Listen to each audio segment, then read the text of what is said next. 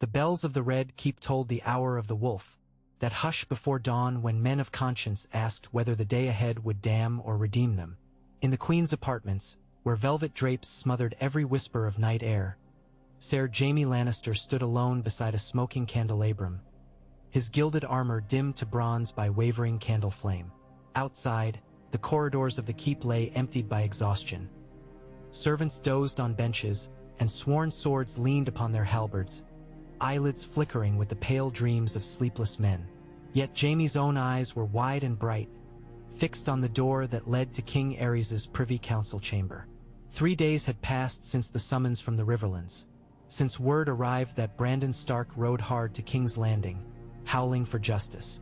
Jaime had heard the story in the White Sword Tower while polishing the links of his pauldron. Brandon, eyes wild as a summer storm, had burst into the throne room of Riverrun demanding that Prince Rhaegar stand forth and answer for the abduction of Lyanna. The tale paled beside the look on Lord Commander Gerald Hightower's face when he repeated it.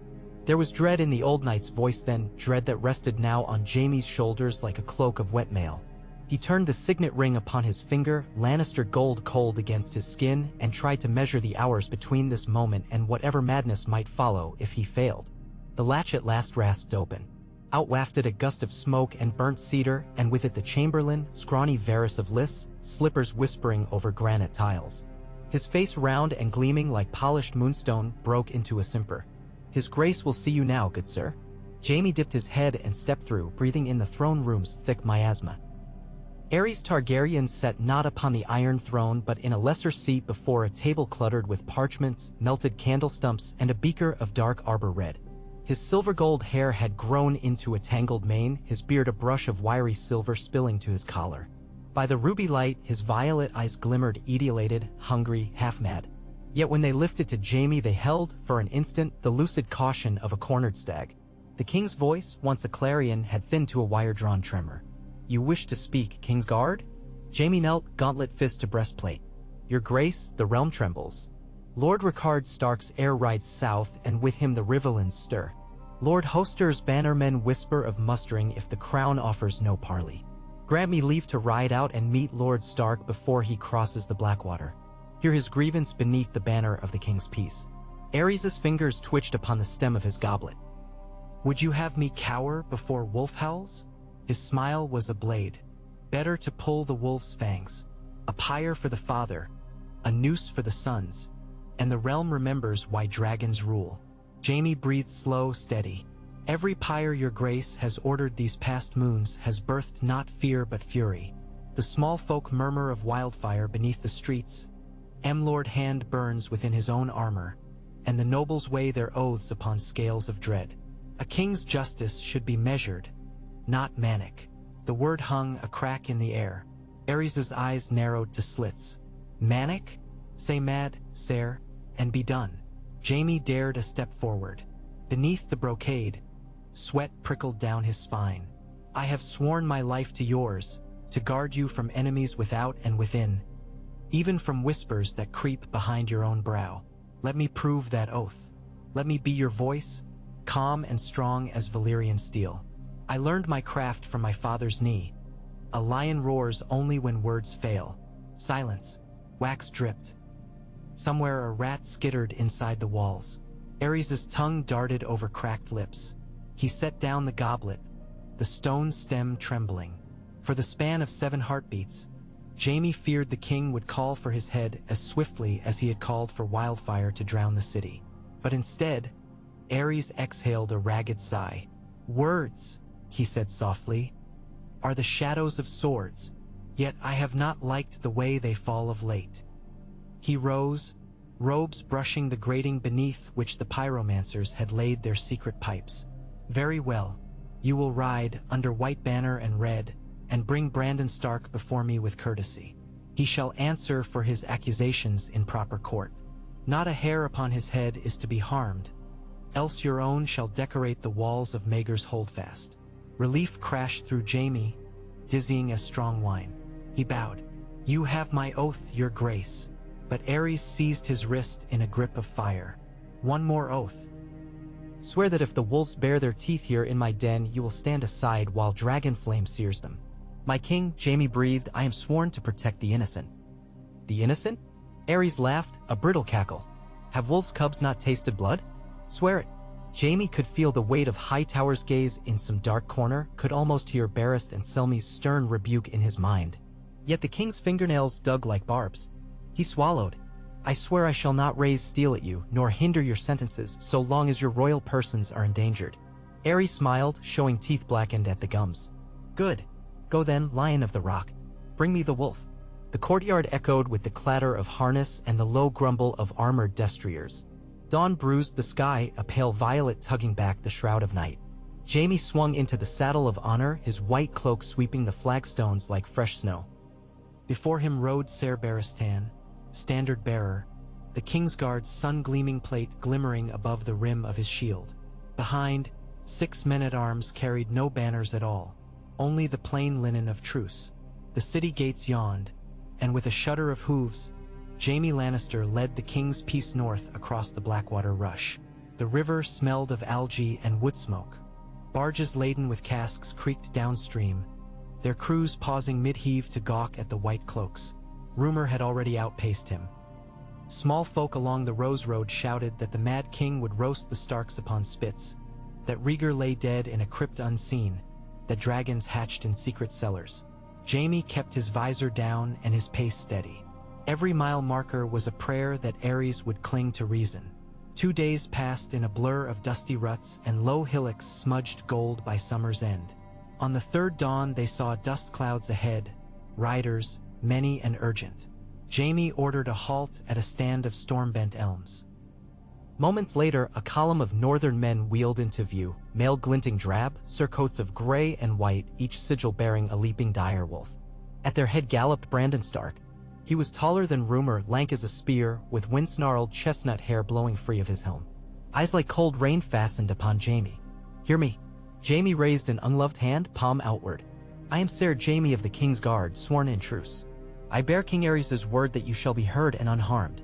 Brandon reined in so sharply his courser reared. A fine oath, sire, from a king who flays his own hand. His voice was rough with sleepless miles. Where's Prince Rhaegar? I will have my sister back. Prince Rhaegar is not in the capital. Jaime chose each word as though stepping a narrow pass above a 1,000-foot drop. His grace invites you to present your grievance in open court with honor. One of Stark's riders spat. Another tugged at his beard, muttering that they should take Jaime hostage. Bran's gauntlet clenched the reins. I will come. My men will encamp outside the city walls, armed. Any treachery will not be mine, Jaime finished. Nor, I pray, my kings. Brandon's cracked lips curled wryly. Pray louder, lion. When they rode through the gate of the gods, Jaime felt the city's murmur rise like a storm tide. Fisherwives gasped to see Stark graze beside Lannister crimson, and Sellswords fingered dagger hilts suspiciously. Jaime led Brandon straight to the Tower of the Hand, for the throne room yet reeked of wildfire from Lord Carlton Chelstead's immolation, an odor that unstrung even hardened captains. There, beneath arched windows open to sunrise, Jaime bid wine be poured. Brandon ignored the cup. He faced Jaime across a marble map table scarred by years of intrigue. This parley is ash already, sire. I have smelled madness in the city's breath. Ares will murder me before sunset. You have my solemn word that I will not allow it. Your word. Brandon's laugh was bitter snow. Ares once had Elia Martell kissed on the cheek by 2 pyromancers, telling her the taste of wildfire would bring the babe within her to quicken early. Tell me, Kingsguard, did your oath compel you to watch that cruelty too? Jaime flushed despite himself. I was not yet sworn, and had I been, you'd stand aside again? Brandon's eyes flashed like moonlit ice. Do not pretend, lion. I can see the iron in you, but iron can bend. I will not kneel again until I know Lyanna is safe. Jaime swallowed his retort. This was not the moment for pride. Then give me the chance to prove her safety. If I fail, I shall escort you from the city myself, blade bare against any who hinder us. Brandon studied him long. At last he nodded stiffly. Very well, I will wait upon the king. But hear this, Jaime Lannister. Should I die by fire or blade this day, my father will raise the north upon you. Winter will carve your dragons to bone. Jaime inclined his head. Then let us both live. The throne room had been scrubbed and hung with green tapestries to mask the scorch marks where Lord Chelstead had burned. Still, an oily tang lingered. Sunlight knifed through high windows, catching motes of dust that spun like slow sparks. Aerys sat upon the iron throne, crowned and robed in black velvet threaded with red. Behind him stood Rossart, Grand Master of the Alchemist's Guild, his pale eyes reflecting candle glow as if he were wrapped by unseen visions. Lord John Connington, the new hand, young, fierce, untested, paced beside the dais. Trumpets blared, and Ser Jaime escorted Brandon to the foot of the throne. The Northerner's sword had been peacebound, but his shoulders were loose, ready to spring. Jaime knelt to his king, yet kept a sidelong watch on Aerys' fever-bright gaze. Brandon Stark, Aerys announced, voice carrying to the rafters. You stand accused of sedition, slander against the crown, and threatening the royal line. How do you answer? Brandon opened his mouth, but Jaime spoke first. Your Grace, the young lord seeks only the return of his sister, Lady Lyanna, and explanation for her departure. Aerys' thin lips stretched. Does the lion roar for a wolf now? Curious. Very curious. He leaned forward, gaunt fingers caressing the throne's arm as though it were a lover's cheek. Tell me, Lord Stark, did you ride from Winterfell with sword bared in brotherly devotion, or to claim the laurels of rebellion before your lord father's hair turned white? Brandon's jaw clenched. I rode to right a wrong. A wrong. The king's laugh rang sharp. The only wrong here is your insolence. Prince Rhaegar is heir to the dragon throne. He requires no permission to escort any lady he deems fitting. He abducted her. Brandon bellowed. Echoes clashed among the pillars. Lords flinched and Jaime's heart thudded. Brandon stepped forward, glaring up at the throne. Return my sister or release me to find her. Aerys' smile died. He flicked a glance at Rossart. The pyromancer whispered something too low to catch, yet the king's fingers tightened on the throne's blades. Jaime felt the noose of memory constrict, kings who ignored counsel, screams in dungeons, dragonfire dancing in midnight pits. He stepped forward, risking all protocol. Your Grace granted safe hearing, he reminded softly. Aerys ignored him. Brandon Stark, he said, you accuse the crown prince of felonious comportment, a charge of highest treason. By law, such slander warrants punishment. Then punish me with truth, Brandon retorted. Bring Rhaegar to answer my challenge. Challenge? Aerys tasted the word like sour wine. You shall have it. Knight of the King's Guard, his gaze snapped to Jaime. Bring forth steel. Jaime froze. Every oath he owned collided in that instant. He could almost hear his father's disdain, his sister's seductive urgings, Hightower's austere sermons. Yet he felt only the racing of his blood and the memory of Brandon's warning, if I die by fire. My king, he began. Obey, Aerys hissed. And Jaime understood that if he drew his sword now, Brandon Stark would die run through on royal command, his blood painting the hall, and the north would roar south. Fire and sword would sweep the realm. All he had tried to forestall would ignite. He did not draw.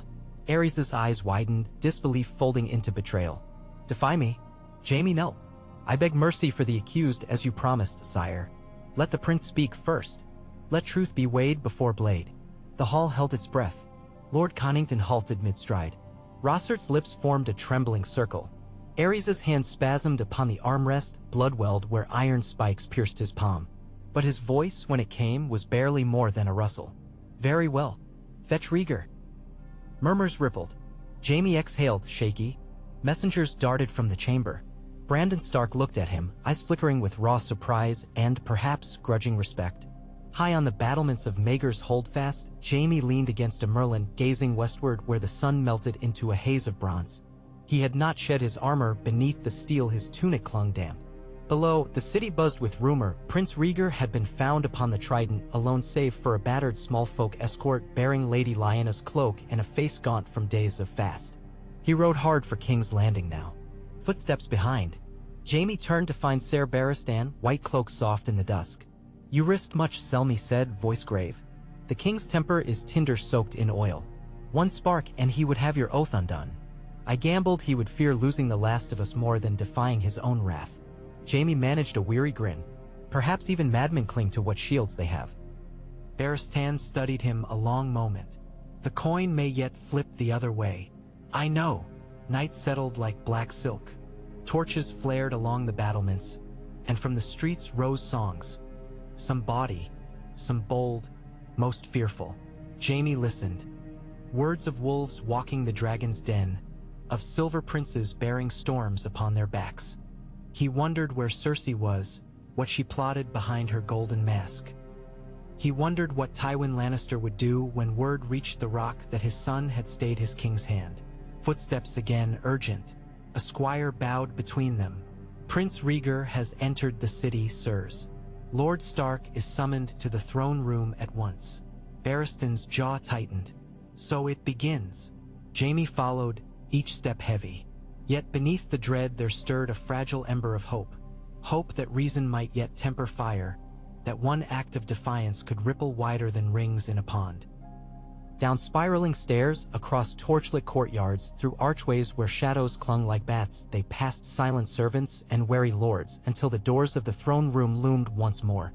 Inside, torches burned blue-white, wildfire lamps lit by Rossert's alchemists, casting the hall in eerie sea green. At the foot of the throne stood Prince Rhaegar, silver hair unkempt, eyes dark hollows above high cheeks. He wore a plain leather jerkin, travel-stained, and in his arms he carried something swathed in gray wool. Jaime's breath caught, the bundle shifted, revealing a narrow face framed by tangled dark hair, Lyanna Stark, cheeks flushed with fever. Brandon surged forward, only to be barred by Connington's outstretched arm. Rhaegar spoke, voice hoarse. "Father, I returned what I took." He knelt, laying Lyanna gently upon a cushioned dais. "She rode with me willingly, yet I have wronged both her and the realm. My honor is forfeit, judge me as you will." Lyanna stirred, eyes fluttering open. "Bran," she whispered.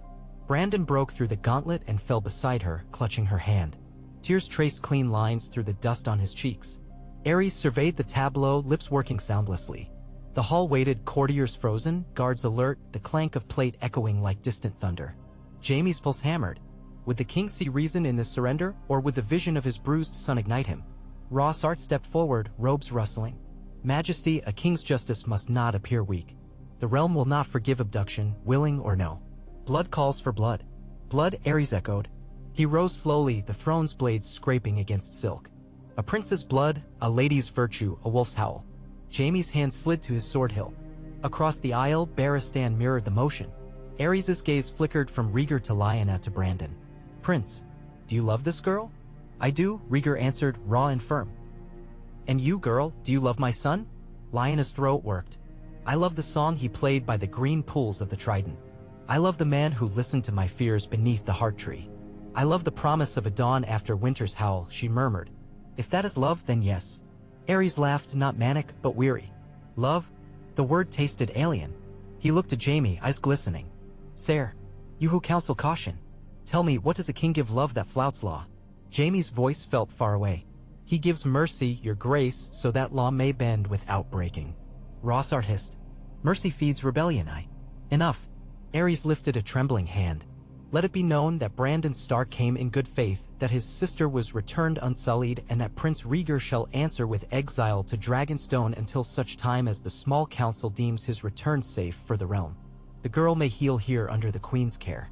The Starks will return north with royal pardon." Thus speaks the king. The hall erupted in clamor, shock, relief, outrage. Jaime felt his knees loosen.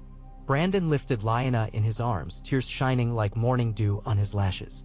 Rhaegar bowed his head, shoulders sagging but eyes bright with something like gratitude. Only Rossart seethed, lips forming silent curses. Jaime caught the pyromancer's glare and knew the battle was not won, only delayed. Yet delay meant life, and life meant hope. That night, Jaime stood again upon the battlements, moonlight silvering his armor. Far below, torches traced the procession of Stark bannermen withdrawing beyond the city walls. Rhaegar had sailed down the Blackwater aboard a swift galley before sunset, bound for Dragonstone with a retinue of septons and sober knights. The city breathed easier, though rumors sprouted like weeds, talk of northern vengeance, Dornish outrage, Baratheon storms. Still, for a moment the realm balanced on the edge of peace. Footsteps approached. Jaime did not turn. He felt the presence as familiar as his own shadow. Cersei's perfume drifted on the breeze, myrrh and crushed rose petals. Her fingers circled his elbow. "You have all the city whispering," she said softly. "The brave young lion who muzzled the dragon." He closed his eyes. "For a day." "For a day," she agreed, lips brushing the curve of his ear. "But one day can shape 1,000 more." Her grip tightened. Come to my chambers. Celebrate your triumph. Triumph. The word tasted like ash. Yet he followed, heart heavy with unspoken fears. Behind him, clouds gathered over Blackwater Bay, distant lightning flickering purple across the sea. Somewhere beneath the Red Keep, wildfire pots slept, waiting for a single spark. Days became a subtle game of silences. The small council met daily, tongues bitten bloody as they danced around the king's sudden merciful caprice. Lord Conington pressed for swift reforms to restore royal dignity. Grand Maester Pycelle brewed drafts to soothe Lyanna's fever and Ares's fraying nerves. Jaime watched from shadows, eyes sharp for signs of relapse.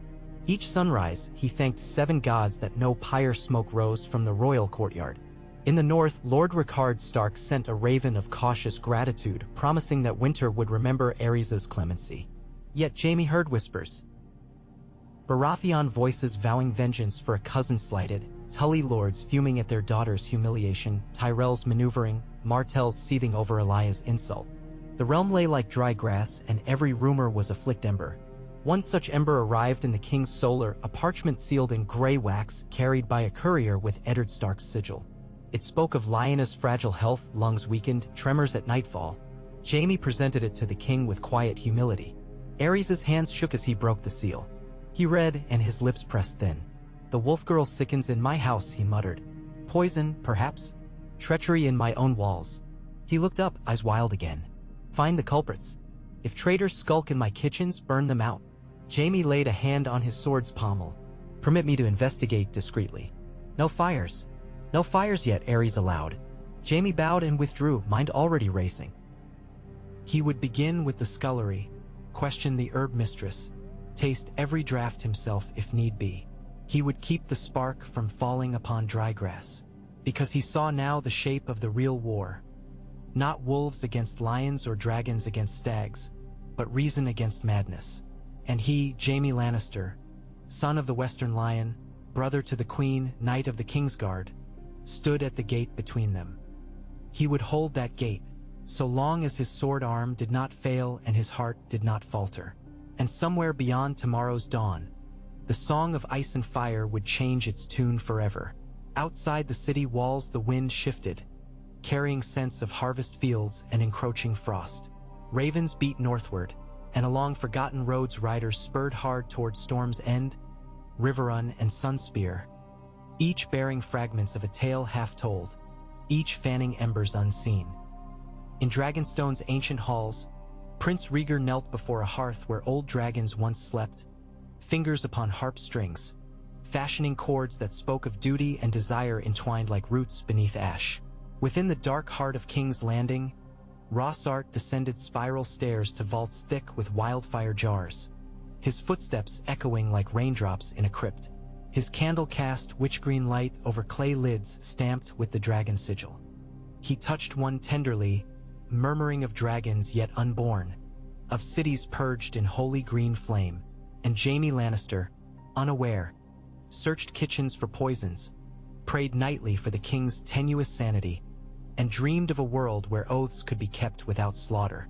The wheel had slowed, but its spokes still creaked, straining against chains of vengeance, ambition, and prophecy. When it turned again, it would carry with it all the hopes and horrors of a realm teetering between conflagration and calm. The first ember had been brushed aside. 1,000 more awaited the wind, mispooled in the alleys of Flea Bottom as dawn's gray fingers pried apart the night, and Jaime Lannister strode through its ragged arteries with a cloak of plain wool drawn over his plate. The Red Keep rose behind him, a jagged silhouette bruising the paling sky, but he had left the white cloak and the glimmer of Kingsguard steel behind. It was easier to find truth in shadow than in polished marble. At his side hurried Serlon's Rivers, a bastard knight sworn to the hand, chosen because his innocuous freckles and shy eyes inspired confessions. Ahead, a crooked arch gave onto the Goat's Head Tavern, a place where spilled broth mingled with spilled secrets. The innkeep's daughter had bought 3 fresh herbs yesterday, paying double for one, anise hyssop, innocent enough except when steeped with poppy tears to mask the bitter tang of Widow's Bane. Widow's Bane turned lungs to glass. They entered to sour ale stench and battered rushes. A few drunk Sellswords snored beneath benches. The girl, Mara, stood at the hearth, prodding a thin stew while humming a brazen contrast to the tavern's gloom. Jaime waited until her song curled silent, then removed his hood. Recognition widened her eyes, but she courtesied, clutching ladle point down like a spear. "Lady Lyanna Stark is very ill," Jaime said without flourish. "I pray you know nothing of that, but rumors place certain herbs in your basket." His tone was gentle ice. "Tell us where they went, and you'll walk free." Mara's breath came shallow. "A bald man, lord. Smelled of lilies and hot wax. Paid thrice the price. Said it were for salves to soothe the king's hands, all cracked. Wax and lilies." Jaime traded a look with Lance. "Rossart favors lily perfume to mask wildfire fumes." He gave Mara a silver stag and left her trembling. Outside, sunlight told through smoky haze. "We have proof enough," Jaime muttered. "If we corner Rossart in his guild hall, he'll deny, and Ares may not listen. Then expose him before he can twist the tale," Lon said. "In front of the small council. Or the queen." Jaime quickened his stride. Riella had grown frail beneath her burdens, but she kept a quiet dignity untouched by Ares's rages. If she spoke, the king sometimes heard the echo of sanity. They climbed the hill of Rainies, past braziers where ragged children roasted chestnuts, and re-entered the red keep through the east postern. Word traveled faster than feet. A page intercepted them beneath carven griffins. "Sir Jaime, his grace summons the council at once. Grand Maester Pycelle claims Lady Lyanna coughs blood." Jaime's stomach turned cold. He dismissed the page and ran, mail clinking beneath the wool cloak. In the Tower of the Hand, the council already clustered about a long table. Cunnington grim and alert, Pycelle smelling of camphor, Varys demurely folding his sleeves. Rossart stood endmost, pale eyes glittering, a file tucked within the wide sleeve of his crimson robe. Ares entered last. His beard had been trimmed, but he bled where razor had nicked his chin, the blood speckled his collar like garnets. He slumped into a gilded chair instead of the throne, then fixed Jaime with a wary half-smile. "My lion returns. Have you found my traitors?" "I have found purchase records," Jaime said, setting Mara's testimony on the table. "Widow's Bane, my king. Traced to the Alchemist's Guild. The urban Lady Lyanna's draft was not ordered by our healers." Rossart's nostrils flared. "Alchemists work bombs for countless clients. This file was on his person," Jaime cut in, stepping forward. "A gift for the king?" He plucked the glass from Rossart's sleeve with a speed learned in the practice yard, holding it to torchlight. A smoky sediment clung inside. Pycelle sniffed and blanched. "Long nightshade concentrated," the maester croaked. "Enough to still a heart in minutes." The room erupted.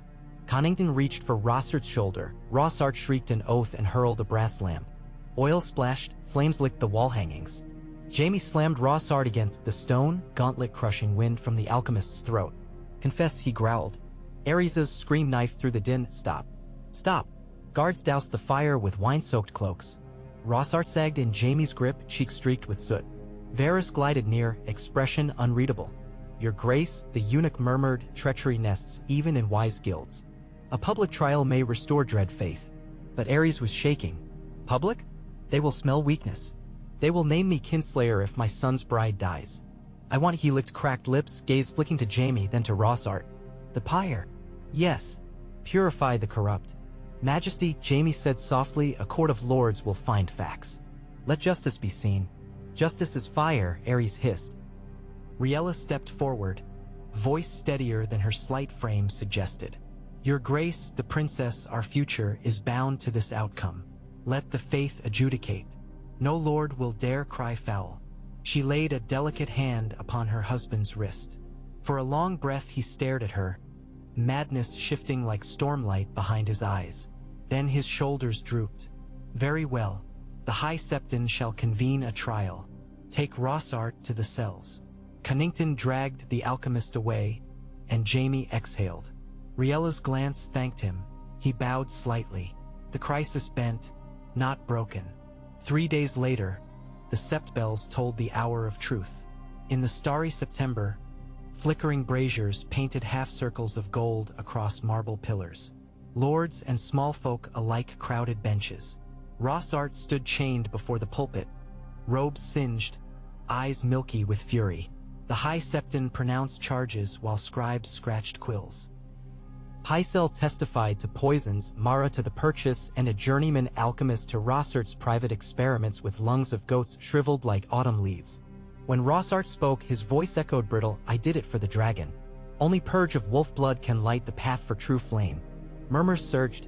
Jaime watched Aerys in the royal gallery, fingers fluttering at the word purge.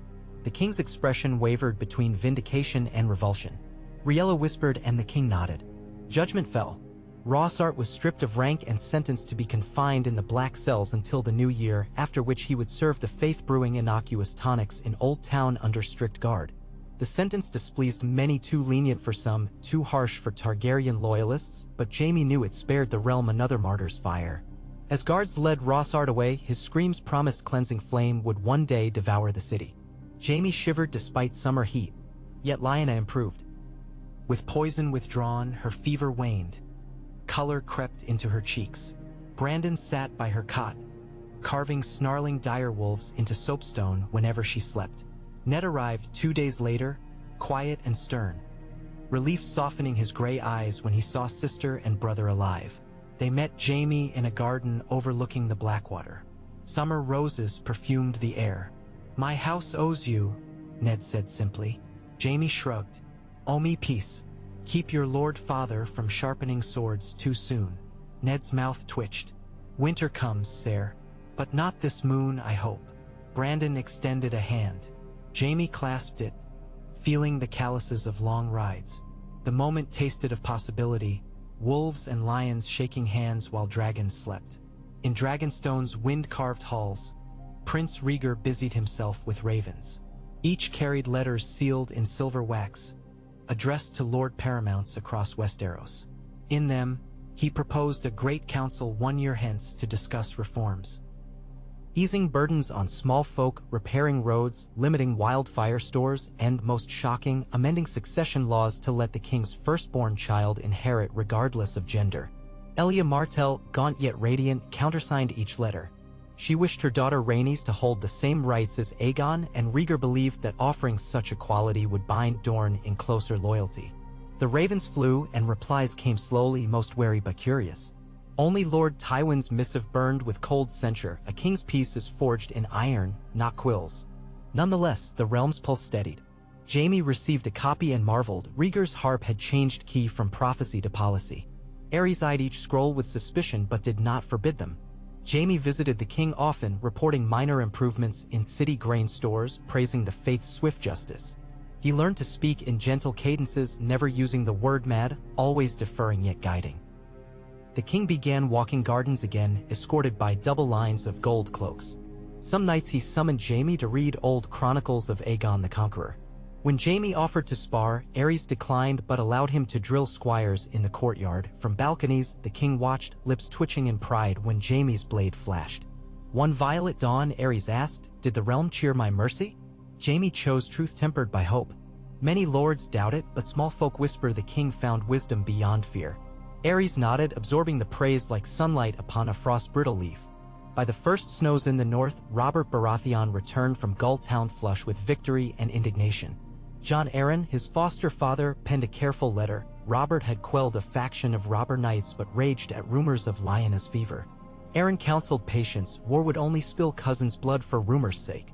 Robert's response thundered across parchment, cursing dragons and wolves alike. Yet he stayed in the Eyrie for winter, forced by passes choked with snow. At King's Landing, Jaime attended nightly councils. Pycelle now wore the mantle of principal alchemist, his caution ensuring wildfire stocks dropped by half. Connington proposed a tourney to celebrate Lyanna's recovery and the peace between Crown and North. Aerys balked, victory might embolden rebels, he claimed, but Riella supported the idea, and Rhaegar wrote from Dragonstone pledging rich purses for joust and melee. Finally, the king consented, a grand tourney at Harrenhal come spring, hosted jointly by House Tully and Crown. Rumor swelled like tide against breakwater. Knights polished lances, singers rehearsed ballads. Cersei visited Jaime the evening the tourney announcement spread. She wore a gown of red and gold that shimmered like dawn on embers. Harrenhal, she purred, tracing a line down his breastplate. Where Harren the Black defied dragons and burned for it. Fitting stage for fools who think peace is born of parchment. Her eyes shone hungry. Come to my chambers. Let us dream of better endings. Jaime kissed her, taste of wine and secrets, and pulled back, heart raw. I dream of ending no one, he whispered. She laughed softly, sad and warm. That is why you will break. Winter's Edge gripped the white harbor of Dragonstone when Sir Arthur Dane arrived aboard a black-sailed galley bearing tidings from Dorne. The Martells, still grieving Elia's exile, asked why their princess dwelt on a storm-lashed rock rather than the sunny royal court. They threatened to withdraw from the council unless Aerys renewed public affection toward Dorne. Rhaegar wrote replies balancing apology with reason, but Arthur reported whispers in Sunspear. Some spoke of crowning Viserys as a new puppet king pledged to Dorne, others of joining Tyrell grain embargoes to starve the capital. Across these murmurs, Tywin Lannister marched with quieter menace. Jaime received a raven from his father. The Rock's granaries were ample, its armies drilled. The realm weakens under indecision, Tywin wrote. A sword slipped between ribs, ends fever quicker than poultices. Jaime burned the letter. Yet his father traveled to King's Landing anyway, arriving on the 12th day of the new year with 200 crimson-plumed guards. Lord Tywin bowed to Aerys with impeccable courtesy, gifting a golden crown wrought as lion claws clasping rubies. Aerys accepted but mocked its weight. Jaime dined with his father that night in the Tower of the Hand. They ate in silence until candles guttered. Finally Tywin spoke. "You juggle wildfire." His gaze pinned Jaime. "Aerys will not heal. He will seek martyrdom in flame, and you will be burned saving him." "I will save the realm," Jaime answered. Tywin's mouth curled. "The realm is a construct. Families endure." His eyes softened for once. "Come home, son. Your oath is a gilded cage." "My oath is a beacon," Jaime said. "But thank you." They parted at the stair, words between them brittle as frost. On the 20th day of the first moon, a horn blast shattered the pre-dawn hush, a Tyrell grain barge burning in Blackwater Bay. Sailors swore it exploded without torch or spark. Jaime rowed to the docks.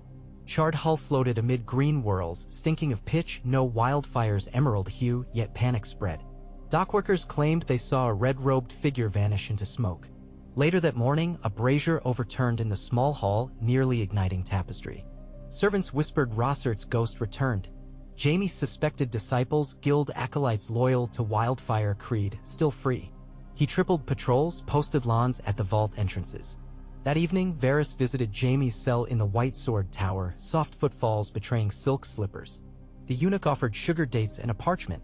A plot seedling, Varys lisped. The king's pyromancers drafted maps.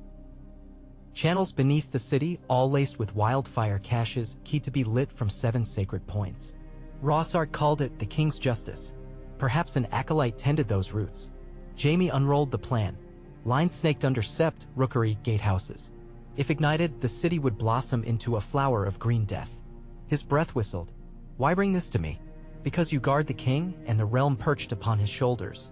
Varys' smile glimmered. "Cut the roots, sire, before the flower blooms." He departed, echoing sandalwood. Jaime convened Barristan, Hightower, and Selmy in secret.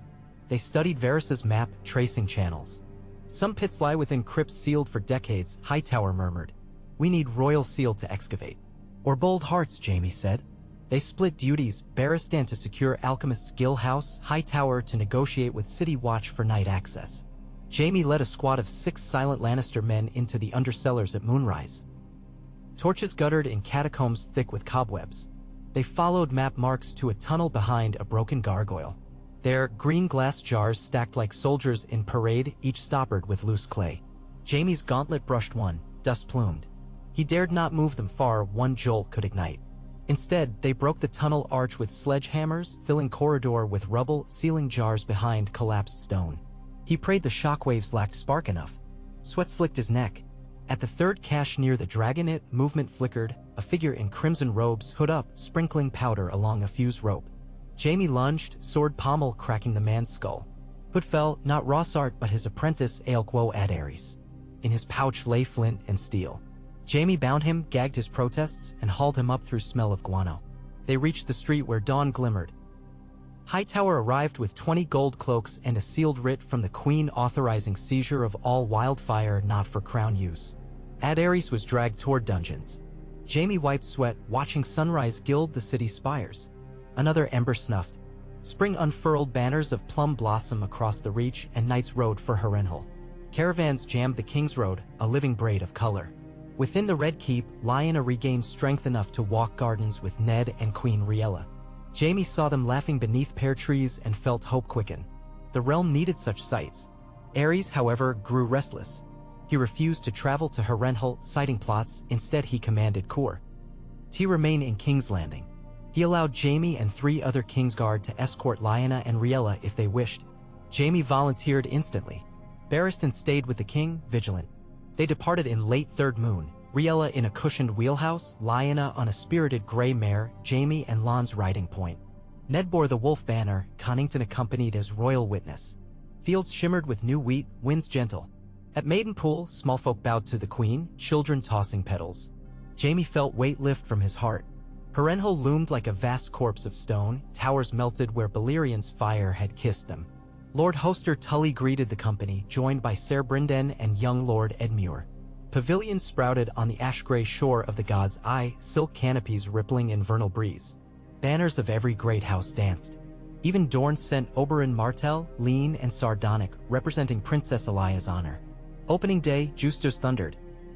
Jaime tilted twice, unhorsing Ser Gawain Gaunt and Ser Jon Fossaway, though he pulled his third pass when faced by young Ned.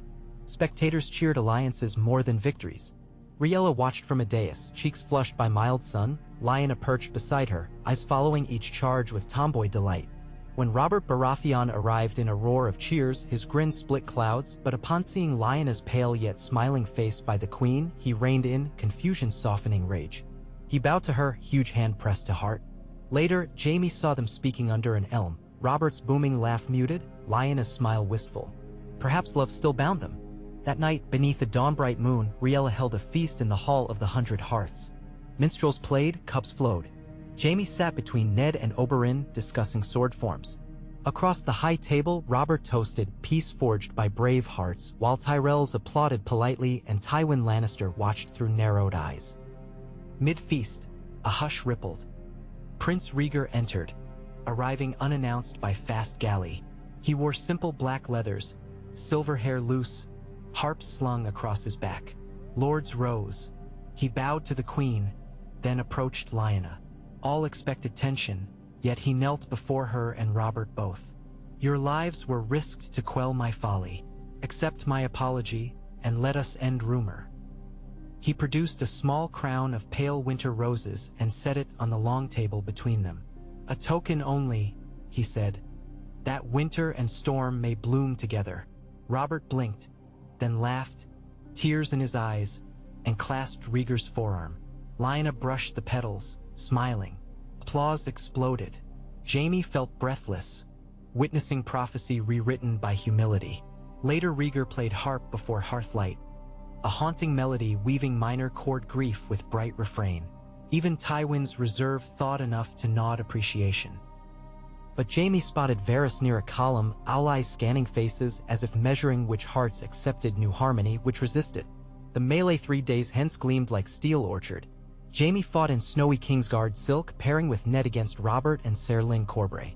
Blades rang, laughter soared. When final horn blew, Robert hoisted Ned onto shoulders, claiming both victory and fine new bruises. Spectators roared. During prize ceremony, Oberyn Martell approached Jaime, eyes flickering fire. The Northman respects you. The royal dragon trusts you. Yet wildfire still sleeps under your city. Remember, scorpions don't change sting for love. Jaime inclined his head, the warning rang truth.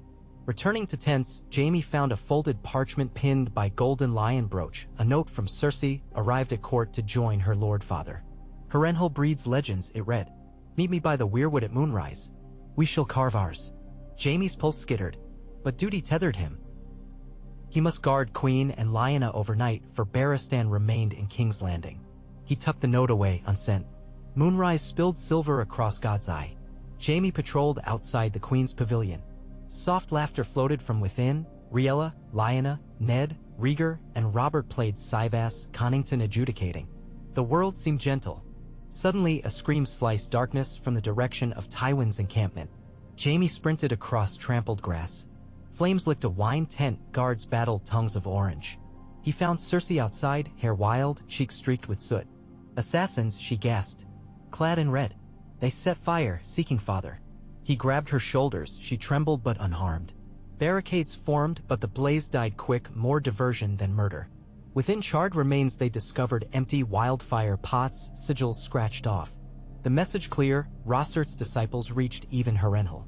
Tywin's face hardened. Rhaegar, conjuring calm, proposed joint investigative patrols.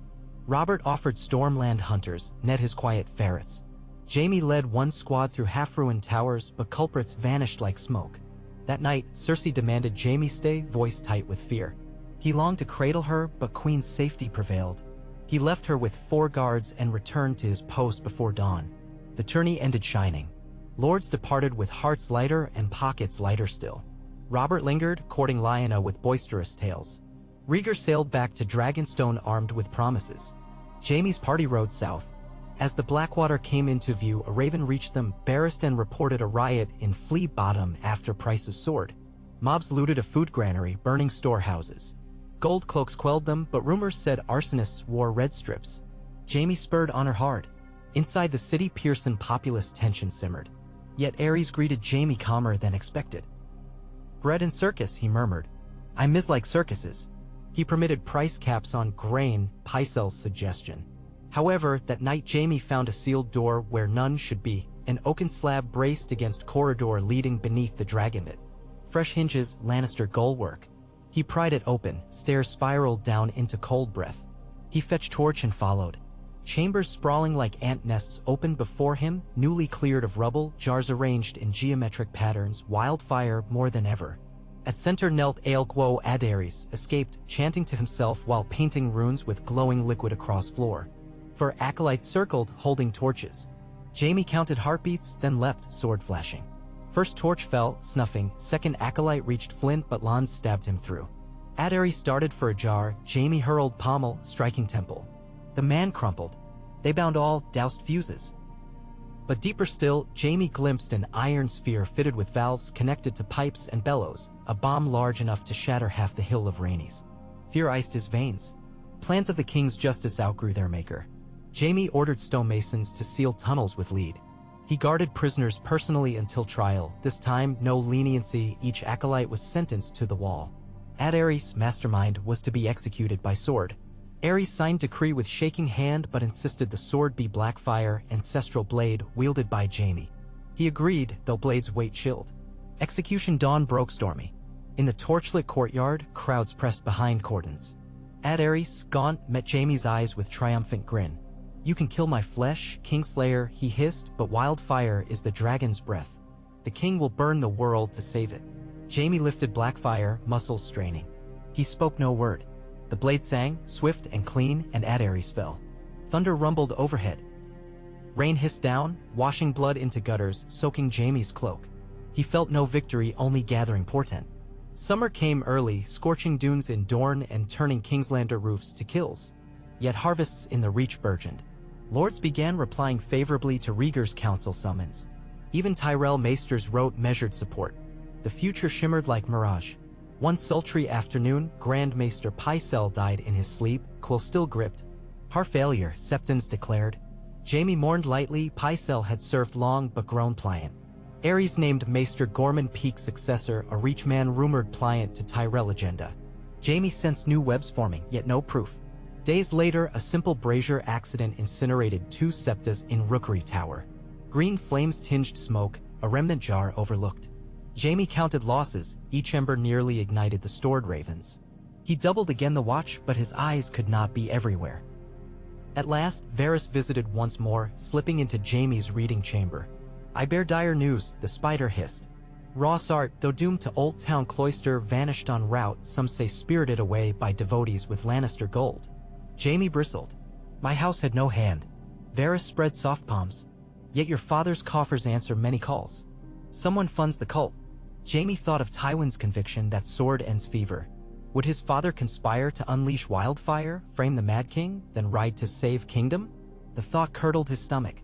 He resolved to confront Tywin again, but Raven brought word. The rock now closed gates. Lord Tywin plunged in drilling armies. None but ravens departed. On the first day of the 7th moon, Rhaegar returned to the capital for council convocation. Lords Arryn, Tully, and Martell arrived soon after. Robert came, boisterous but tempered by Ned's counsel. The city blossomed with banners. Small folk gawked at such assemblage. The great hall of the Red Keep had not seen such throngs since Aegon V's reforms. At high dais Aerys sat, Riella and Rhaegar flanking. Jaime stood behind, white cloak bright against gloom, Barristan to his left. Connington opened session, proposals for taxation relief, review of wildfire stocks, codifying right of petition for every lord. Debate flowed, sometimes heated. Tywin's absence disquieted many, yet Kevin Lannister spoke for the West. When discussion turned to wildfire, Barristan presented sealed inventories, Jaime outlined safety protocols. Lords murmured approval. Aerys listened, expression unreadable. Mid-session, a squire rushed in, face ashen. Wildfire stolen, he gasped.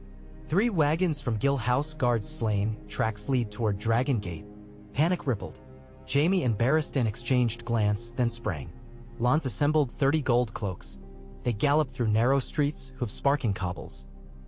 At Dragon Gate, watchmen reported wagons disappeared into night, escorted by riders clad in crimson and black.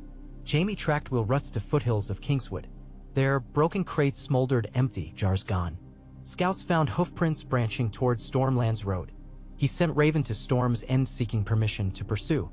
Robert answered swift, he would join Hunt. Jaime dashed back to city, dread mounting. Back in throne room, tension thick as tar. Aerys paced, muttering numbers. 3 wagons, he kept repeating, 3 times 10 times 10, just so for a city's heart. Jaime offered reassurance, but the king waved him away, pupils flaring. That night, Cersei slipped into Jaime's chamber. Candlelight etched hollows in her cheeks. Father moves, she whispered. He does not trust dragons or wolves. He will act to secure legacy. Come with us, Jaime. Leave the king. Bring your sword home. Did he steal wildfire? Jaime asked, voice raw. Cersei's silence answered. Tears glittered briefly before pride damned them. She touched his cheek. Choose family. Or burn with them. He seized her wrists. If father ignites wildfire, tens of thousands die. Our family too. She shook head gently. Father will not burn himself. He has a plan. Plans fail. Jaime released her. Tell me where the wagons go. I don't know. She left, cloak swirling, fragrance lingering like memory of innocence. Dawn saw Jaime before Aerys. We must seal gates, search every wagon, he urged. The king rubbed temples. My lion, my faithful lion. Sudden lucidity gleamed. If they mean to turn my fire against me, then let them. I shall meet flame with greater flame. The secrets of my pyromancers exceed stolen scraps. Jaime's heart sank. All he had done might collapse under weight of paranoia. He spent day rallying watch, confiscating suspicious cargo. Varys reported Tywin's host marching to Harrenhal under pretext of claiming tourney prizes withheld. Robert's riders scoured Kingswood, yet wildfire wagons vanished. On 7th dusk, bells tolled alarm, warehousing district ablaze green. Jaime raced there, wildfire pots shattering, emerald inferno devouring timbers. He led bucket lines, shoveling sand, ordering demolition of adjacent sheds to starve fuel. It worked after hours, only 20 lives lost, but rumor soared. People spoke of Dragon returning. Back at Red Keep, Aerys declared curfew and martial law. Connington reluctantly enforced. Streets emptied, fear-filled void. Jaime watched lamplight flicker on ramparts and wondered how edges of order fray. Word came that Tywin's army encamped outside Harrenhal, joined by Randall Tarley and 2,000 reach spears.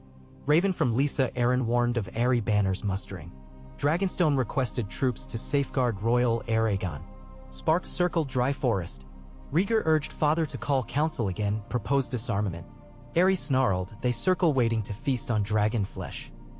I will scorch their tongues. He summoned Pyromancer Gorman and demanded progress on the vault. Jaime overheard. His blood chilled. That night, Jaime confronted Riella. Your Grace, the wildfire caches still threaten the city. We must convince the king to move court to Dragonstone while we secure them. Riella nodded, eyes tired. Next morning she tried. Aerys refused. I am the city. Let them come. He banned further discussion. Despair crept into Jaime's marrow. He patrolled walls, drilled recruits, quelled riots, and each dawn felt Will turning back toward fire. Autumn's first crisp breath stirred crimson leaves when Robert rode into King's Landing unannounced, escorting 2 cartloads of Reach harvest grain, a token of goodwill. Jaime greeted him at gate. Robert clasped wrists. You look worse than a Northman in desert, he joked, but worry shadowed his blue eyes. Tywin sharpened claws. If he strikes, I'm with you, Lion. I want peace for Lyanna. They sought audience. In throne room, Robert knelt, offering grain. Aerys regarded him, suspicious yet intrigued. Robert spoke boldly of forging harvest roads, winter stores. For a moment, sanity shimmered. Then a page burst in, wildfire bomb discovered under Street of Sisters, diffused with seconds to spare. Ares's composure cracked. You see, he shouted, spittle flying. Traitors breeding like roaches. Robert tried to soothe, but Ares commanded him to remain as honored guest, guards placed outside his chamber. Jaime realized the king feared his departure might signal flight, trigger revolt. Robert was hostage. That dusk, Robert hammered on Jaime's door. I won't be caged, he growled. Jaime explained the city's fragility. Robert listened, then sighed. I'll stay a fortnight, but no longer. Tensions snapped 2 nights later. A smuggler caught near Mudgate confessed under jailer's rod. Tywin's men bribed him to ferry jars across bay, stash in abandoned fishery. Jaime, Barristan, Lons, and Robert's sworn brother John Connington stormed the shack at low tide. They found 7 jars lining cellar, fuse coil to see lantern. A parchment bore Tywin's sigil, though handwriting uncertain. Barristan insisted deliver jars to king at once. Jaime agreed, but Robert urged discretion. This frames Tywin, maybe truth, maybe bait. They sealed scene, posted guards. In council, Jaime presented findings without the parchment. Ares praised him, scrawled edict denouncing Tywin for conspiracy in flames. Kevin protested, council devolved into threats. Ares ordered arrest of every Lannister in city. Jaime's blood iced.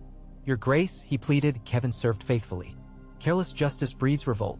Ares relented only to house arrest. Jaime visited Kevin, apologized.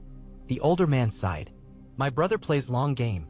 If he harnesses wildfire, it is because he foresees lesser death than dragons. But perhaps both courses end in ash. The wheel reached turning point on the eve of first frost. Varys slithered into Jaime's cell, cloak-soaked. They come, he whispered. Tywin's host moved under cover of storm, entered city unopposed by traitorous gate captain. Lannister lions flood streets. At dawn they will take Red Keep. Meanwhile Rossart resurfaces, rousing hidden acolytes to ignite remaining caches if city resists. The king trusts pyromancers. He means to make city his tomb if lost. We stand atop powder. Jaime's heart pounded. How many caches remain? Enough. Varys's eyes shone fear. Ares ordered secret valves opened. 1 spark and poof, we are all green flame. Jaime donned armor with shaking fingers. He located Barristan. They fetched Hightower and Selmy. If Tywin storms keep, he cannot reach throne before wildfire is lit, Jaime said. We must secure the king, prevent order. Kingguard do not depose, Barristan argued. We preserve life, Jaime snapped. They split. Barristan to front gates, Hightower to queen and Rhaegar, Selmy to dragon pipes. Jaime headed straight to throne room. Torches guttered along corridor, distant thunder of battlements. Within hall, Ares stood before iron throne, candlelight dancing on steel. Rossart knelt, presenting torch. The hand of fire awaits command, the alchemist crooned. Jaime's boots echoed. Your grace, Tywin's banners approach. Let us escort you to Dragonstone. Ares turned, eyes twin infernos. To flee? No. I will give them red justice. The city is mine and mine to burn. He grasped torch. Rossart, light the fuses. Everything slowed, flicker of flame, Rossart rising, greasy grin. Jaime knew prophecy's end, King's Landing a pyre, innocents shrieking. He drew sword. Steel hissed, black fire slid home between Rossart's ribs. The pyromancer gasped, torch tumbling. Ares screamed. Jaime leapt, catching torch, stamping it dead. Time raced again. Ares back toward throne, terror morphing to fury. Kingslayer, he shrieked. Traitor! His hand groped for dagger at belt. Jaime's mind split. Oath to king versus vow to realm. He saw faces. Lyanna laughing in garden. Ned's quiet trust. Robert's booming hope. Riella's weary grace. Small children in market squares. He took a breath smelling of smoke and roses, and chose. Black fire flashed once. Ares II Targaryen fell, eyes wide, still cursing as life fled. Silence devoured hall. Jaime stood panting, sword dripping red and green where Rossart's blood mingled with wildfire residue. Heavy footsteps approached. Hightower, Barristan, Selmy. They froze at scene. Barristan's face contorted pain. What have you done? What was needed? Jaime whispered. He would have burned them all. Hightower looked at Rossart's torch. Extinguished. He speaks truth. Alarms blared outside. Gate battle clamored. Selmy sheathed sword. We honor our vows to protect the realm. Jaime cleaned blade on cloak, then turned to friends. We must douse every fuse, secure queen and prince. They rushed, dividing tasks. Hightower spirited Riella and Aegon to Tower of Maegor. Selmy and Barristan led gold cloaks to break pyromancer cells. Jaime sprinted corridors, sealing valves. He found one acolyte mid-spark and ran him through. By dawn, wildfire circuits lay flooded with river water pumped by city engine.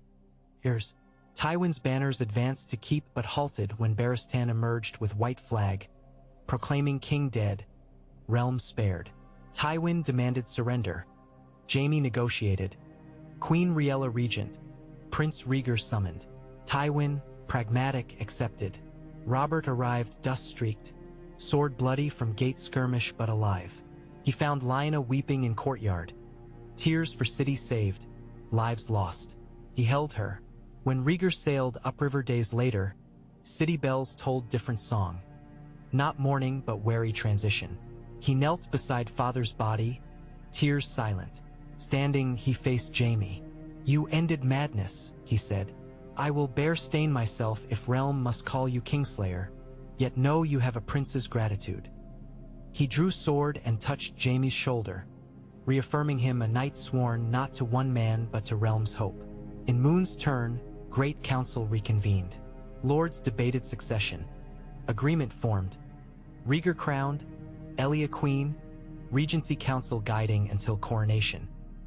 Reforms drafted at Harrenhal advanced swiftly. Wildfire stocks limited, guild under Sept's supervision, law of firstborn passed affirming equal inheritance. Tywin named hand once more, hailed savior for halting host at gates. Some whispered he moved late on purpose, yet none proved. Jaime met him in solar overlooking garden where roses fell. They regarded each other long. At last Tywin inclined head. Your choice was hard, but realm stands. That is legacy enough. It was apology, perhaps. Cersei visited too. She traced scar on Jaime's cheek left by flying ember. You broke, she murmured, and rebuilt something finer. She kissed him, tasting of salt and promise, but parted with uncertain smile. Jaime felt both hollow and whole. Lyanna married Robert in quiet sept before snow. Ned stood witness, Rhaegar blessing union with harp song. Peace, fragile as glass, took shape. Dorne pacified, North content, reach feeding capital. Lords wary of dragons now trusted counsel more than crown. Jaime resumed training squires, walking ramparts, feeling each sunrise not burden but gift. He still heard whispers Kingslayer echoing hallways, yet saw in small folks' eyes respect deeper than titles. One evening he lingered beside God's Eye at Harrenhal ruins, watching swans skim dust water. The world survived. Maybe legends spoke true, sometimes a lion's roar could herald dawn. Behind him, Barristan approached. We ride tomorrow with Prince to Tur provinces, he said. Show realm a united guard. Jaime nodded. Let's ride. They stood together until stars pricked velvet sky, listening to frogs and far cricket songs. The fires were out, the wheel turned on, and beneath its slow revolution, men who once dreamed only of glory now dreamed of peace.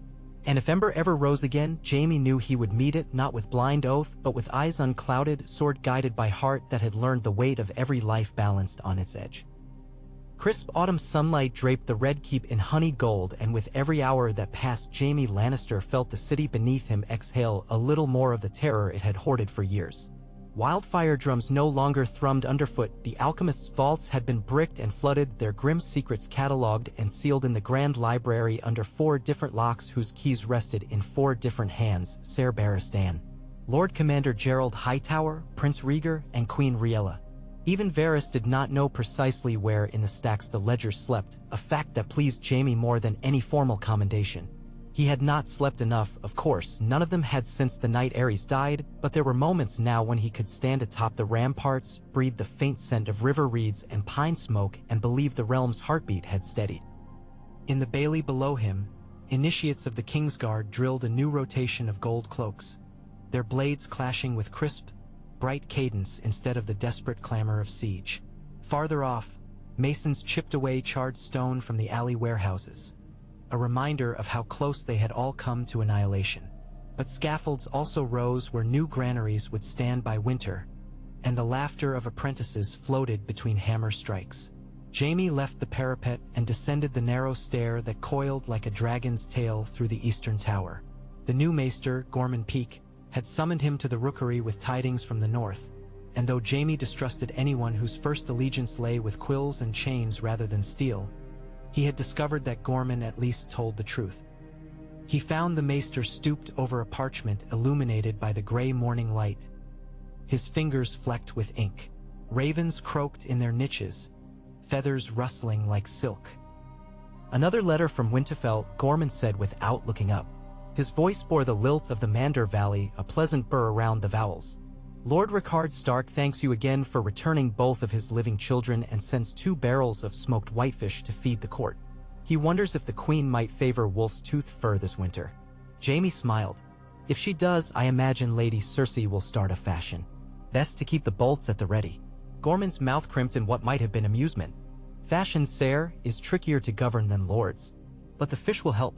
He sealed the scroll, affixed a wax dragon, and slid it onto a tray already crowded with others, replies to Dorne, to the Arbor, to the Vale. The realm was knitting itself back together letter by letter.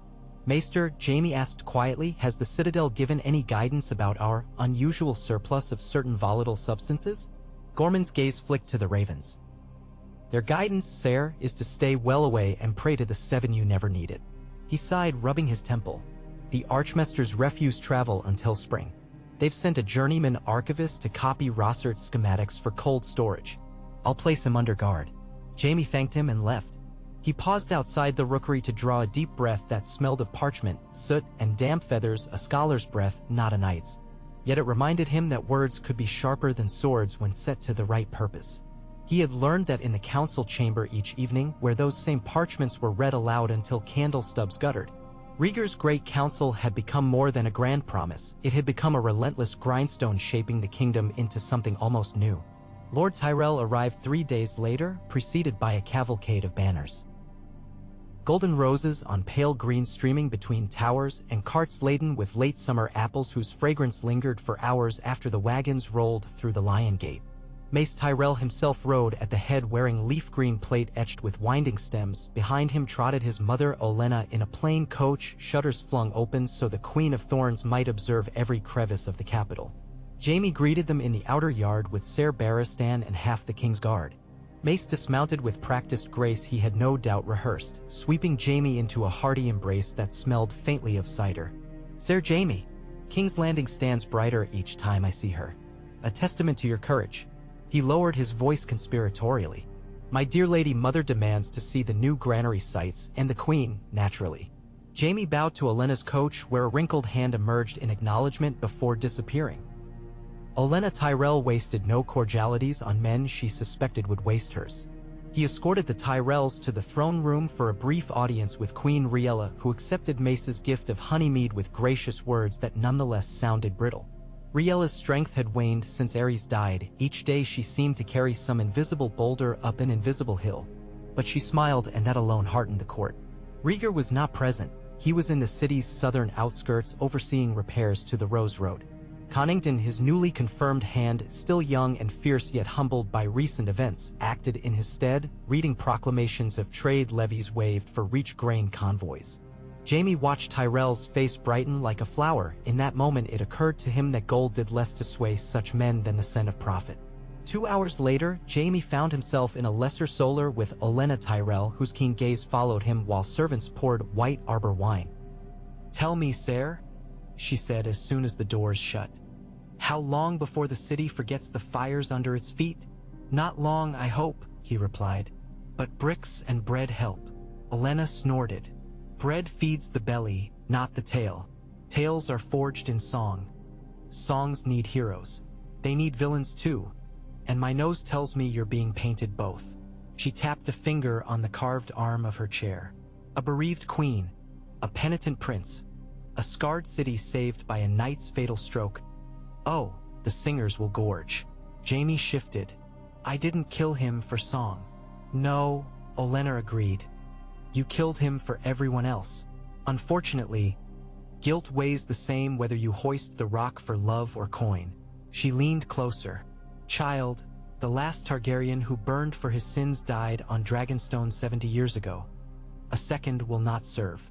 As long as you stand, singers may twist your deed into a cautionary verse. Be wary of lions who smile while they draw steel. You need narratives of mercy. Jaime studied her face, folded like parchment but fierce as iron.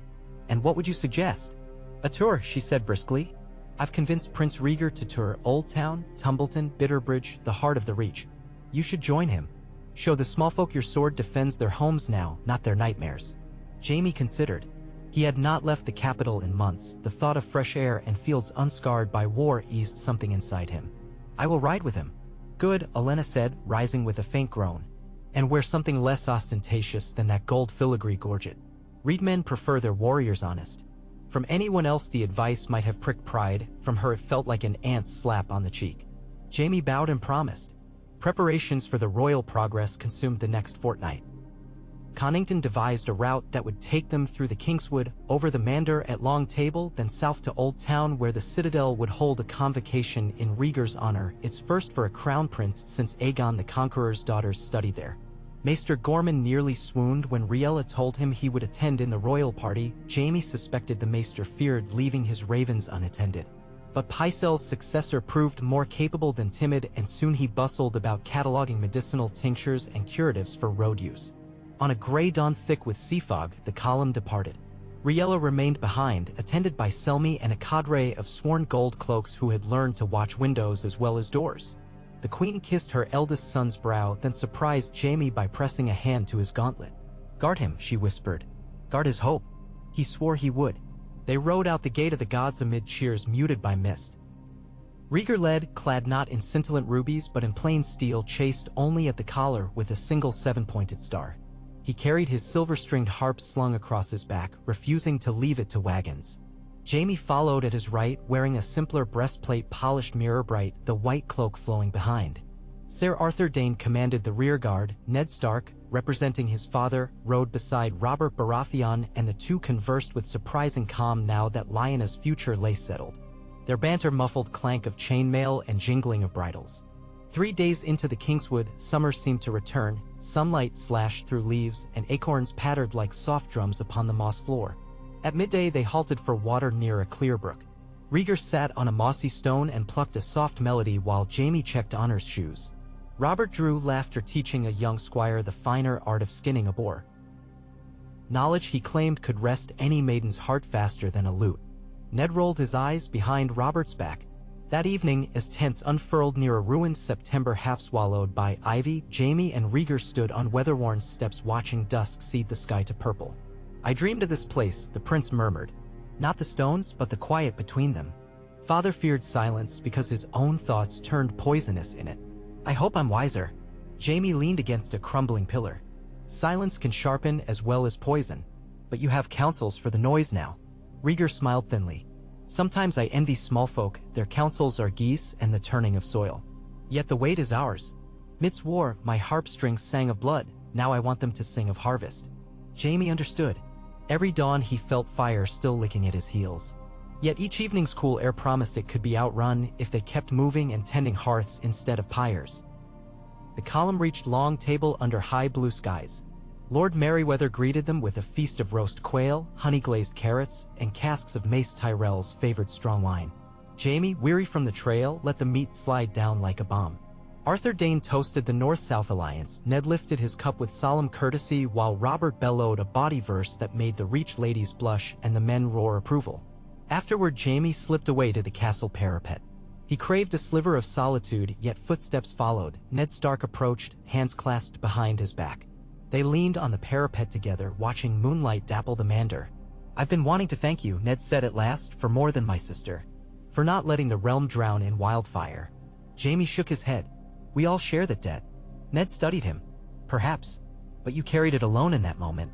Some men would hide from the deed afterward. You carry that too. Silence stretched, filled only by cricket hum. Jaime found himself speaking what he had never voiced. Each night I remember his eyes. They were afraid. I pity him even as I loathe him. He exhaled. The songs will call me Kingslayer until the world ends. I cannot change that. But I can change what the next verse says. Ned nodded slowly. Then we'll write it together. They clasped wrists, an oath not formal but no less binding for it. From Long Table they rode through fields where sun-dazzled irrigation canals mirrored the sky. Farmers lined the road waving stalks of wheat. In the market town of Uplands, Rieger halted the procession so he could speak with a miller whose granary had burned during the riots. The prince pledged timber crews, then removed the dragon-adorned clasp from his cloak and gave it to the miller's wide-eyed daughter. The story would travel faster than ravens. That night, Jaime filled pages in a small leather journal. His sister had scoffed at the notion of him writing anything but battlefield reports, but he found comfort in ink, shaping the road's small mercies into memory. He concluded with a line Olenna might have penned: "Hope grows best in tilled soil, not on marble steps." They reached Bitterbridge at first frost's kiss. Lord Caswell received them with modest fanfare. His castle still bore scorch marks from a wildfire jar hurled during Rossert's early experiments years ago. Yet the village green bustled, potters, cheesemakers, and fisherfolk erecting stalls for an impromptu fair. Rieger insisted they camp on the opposite bank of the Mander to avoid burdening local stores, but crossed the next morning to judge archery contests. Robert insisted on competing. He missed by a handspan and claimed the bowstring had been waxed by Tyrell sorcerers. Peals of laughter rippled across the crowd. At midday, a rider thundered into camp, lathered horse near collapse. Jaime recognized the colors. Gold Lion quartered with a red fess, Sir Adam Marbrand. Jaime strode forward, dread brewing. Adam dismounted, knelt, and delivered a sealed scroll from Casterly Rock. "Lord Tywin encamps outside Stony September," Adam reported. "He claims brigands plague the Crown Road and intends to restore order. He requests your counsel at once." Jaime's mouth dried. Stony September stood far northeast of their route, near the Riverlands border, a curious place for Tywin to pacify. He broke the seal with shaking thumb. His father's firm script filled the page. "Winter's claws grow restless. Traitors still whisper in blackened alleys. I advance to ensure the wolf's teeth prey on carrion, not gold. Join me and the realm may march united before the first snows fall." No mention of wildfire. Not a word on Aerys' death or Cersei. Jaime handed scroll to Rieger, who read it twice, expression unreadable. At last the prince said, "We will send reply, thanking Lord Tywin for vigilance. But we continue south. The realm's health depends on trust earned, not demanded." Jaime agreed outwardly, but his heart twisted. He could not ignore his father's shadow forever. Still, for now the prince's will was law. Jaime tucked the worry away like a knife. Old Town rose from the mists of the Honeywine 10 days later, its beacon tower piercing clouds like a fiery lance. Bells of the starry September told a welcome seldom offered to royals since the Dance of Dragons. City walls spanned shimmering marshland. Barges laden with wool and wine creaked alongside the stone quays where acolytes in mottled cloaks clustered, craning for a glimpse of the prince they'd read of in dusty annals. Archmaester Valen, rumor-darkened and near-blind, met them atop the citadel's arched bridge, flanked by lantern-bearers. "His sire's madness frightened us, but perhaps knowledge will temper his son," he rasped. He guided them through labyrinthine halls where candles smoked perfume of beeswax and dust halfway to heaven. The convocation's first session convened in the scriptorium, Rieger seated at a table carved centuries earlier from the rib of Jorahmond's sea dragon, Jaime and Ned behind him. Maesters proposed reforms, standardization of grain weights, canals branching off from the Blackwater to irrigate crownlands, and a radical suggestion to open a college of healing arts in King's Landing so common-born physicians could treat per rewards. Rieger listened, nodding, asking questions soft as feather quills yet precise. Jaime watched the archmaesters warm to the prospect of a king who valued ink as much as iron. In the evening, the High Septon, new to his post, a kindly man who smelled of rose oil, arrived to bless the assembly.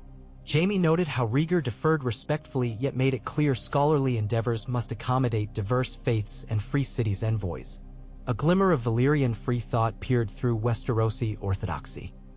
On the fourth night, Jaime wandered alone along the Whispering Way, an elevated walkway latticed with marble screens open to the Honeywine's tidal breath. Lanterns bobbed, casting gilded slices upon slate flagstones. He found Ned leaning against the balustrade watching river lights shift. Neither spoke for a time. "It's almost peaceful here," Ned said eventually. "Hard to remember how easily peace shatters." Jaime rested forearms on the stone. "My father will test it." He could not keep doubt from his voice. "I don't know his aim now that Aerys is gone." "Tywin plays the long game," Ned replied slowly. "But long games can shift. He may fight windmills if he thinks them giants. He looked at Jaime. What will you do? I will guard the king, Jaime said, surprised by the steadiness of his voice. Ned nodded as though no other answer could have been true. Trouble arrived from another quarter. The day before their planned return north, a Myrish galleon docked bearing a herald from Lys. The Triarchs had been deposed by a Sellsword captain named Nymer Belicio, who styled himself protector and demanded new trade tithes across the narrow sea. Belicio seized assets of Westerosi financiers, including loans bound for Casterly Rock. Tywin's war chest would feel that bite. Word also spread that Bravos and Pentos eyed Lys with disquiet. Whispers of a short, sharp conflict across the Stepstones gained momentum. Rhaegar convened an emergency council in Old Town's Sept Library. Candles sputtered between map scrolls. Mace Tyrell argued that war in Essos would ravage Reach shipping. He urged naval patrols. Robert, predictably, suggested sailing to Lys and smashing the upstart. The Archmasters counseled restraint, citing plague rumors. Rhaegar's decision: dispatch envoys to Bravos seeking mediation while the royal fleet under Lord Valerion sailed to patrol trade lanes, not invade. Ned supported, Jaime did too. Robert grumbled but accepted a position as fleet marshal should fighting break out. Tyrell offered grain subsidies to traders who risked the trip. Policy in place, they marched north again, spirits less buoyant. When they reached Bitterbridge once more, a raven waited. Tywin's host remained outside Stony September, having built palisades and levied road tolls. The raven bore also a private letter for Jaime, the words terse. The lion roars to be heard above bleating sheep. Return or the rock chooses another voice. He burned it that night without reply. Snow greeted them at King's Landing, fine as sifted flour swirling around crenellations. The city looked reborn, roofs tiled anew, charred beams replaced, marketplaces buzzing. Jaime felt a swell of pride and an undertow of dread when Cersei met him in a side courtyard cloaked in white fox. She embraced him fiercely. Her breath steamed against his helm. Father grows impatient, she murmured. He thinks the prince soft. The realm listens to softness only so long as it's not hungry. House Tyrell ensures the realm won't starve, Jaime replied. Cersei rolled her eyes. Tyrell roses smell sweet, but they wilt quickly. She lowered her voice. Come with me tonight. Let's talk away from walls. He promised but knew he could not keep it. Council awaited. The small council chamber felt warmer than the road's wood-smoke tents. Riella sat near the hearth, shawl trembling with each breath. Rhaegar, newly returned, radiated calm. John Connington read dispatches. Essosi unrest intensifying, Sell-sail fleets massing in the disputed lands. The realm braced for price spikes on spice and silver. Then came a letter from Stony September bearing Tywin's seal. Connington read aloud. I secure the king's roads that wolves may not prey upon sheep. Yet sheep wander far. I have found northern agents inciting hill clansmen. Until their plots cease, my encampment remains. Ned's face darkened. Northern agents? My father dispatched none. Rhaegar sighed. The letter serves as provocation. He turned to Jaime. Would your father receive royal mediators? Perhaps, Jaime answered. If he perceives them as equals, not scolds. Connington volunteered, so did Mace Tyrell, eager to parley trade concessions. Ned insisted on accompanying to clear northern blame. Rhaegar assented but kept Jaime a court. When the meeting closed, Jaime sought the queen's apartments. Cersei waited beside a brazier, eyes glittering like topaz. He told her of the council's decision. She listened, fingers twisting a strand of gold hair. Do you trust Rhaegar? She asked. Yes. Then you trust that Tywin might bend the knee? Jaime exhaled. Eventually. Cersei's laughter rang brittle. You dream too small, brother. Father will rule whether knee bends or breaks. He needs only pretext. She stepped close, breath warm. Imagine a realm led by Lannisters with dragons tamed. Dragons died long ago, Jaime said quietly. Symbols live, she countered. A golden dragon, perched on a crimson field. She pressed a folded parchment into his palm. Father prepared this in case you returned. He unfolded it. A marriage contract, Cersei to Prince Viserys, the king's younger brother, barely 8 years old, ward at Dragonstone. He means to wed you to a child? Jaime's voice cracked. He means to place Lannister blood on the throne in a generation, Cersei replied, her smile ablaze. Either by Viserys or by other means. Her hand traced Jaime's jaw. But I want the throne sooner, and not as consort. He pulled away, heart hammering. You speak treason, do I? She lifted her chin. Or vision? Her eyes gleamed. Leave tonight with me to stony September, stand beside father. Claim what fire left vacant. Jaime's throat tightened. He thought of Aerys's flames licking through stone corridors, of Lyanna's fevered breaths, of Ned's hand on his shoulder, of Riella's whispered plea. I cannot, he said. Cersei's face hardened like cooling quicksilver. Then you choose them over blood. I choose the realm, he whispered. She turned, cloak swirling, and walked out. The door clicked shut like a cell locking. Weeks bled into winter's grip. Connington, Tyrell, and Ned rode north under flags of truce. Jaime spent long nights at practice yard, steel ringing emptily. Reports filtered back. Tywin received the envoys cordially but demanded hostages if he were to stand down. One from House Stark, one from the crown. Ned refused. Talk stalled. Meanwhile, Lys fell fully under Belicho's rule. Bravos formed a blockade, Pentoshi galleys skirmished. Grain prices spiked. Dorne threatened to close the Boneway unless shipping lanes reopened. Storms lashed the narrow sea, delaying Valerion's fleet. In the Red Keep, factions stirred. One night Barristan found a cellar door unbarred. Inside lay 3 empty wildfire jars. Whoever took them left footprints leading to the Queen's gardens, washed away by morning rain. Jaime interrogated every guard, none confessed.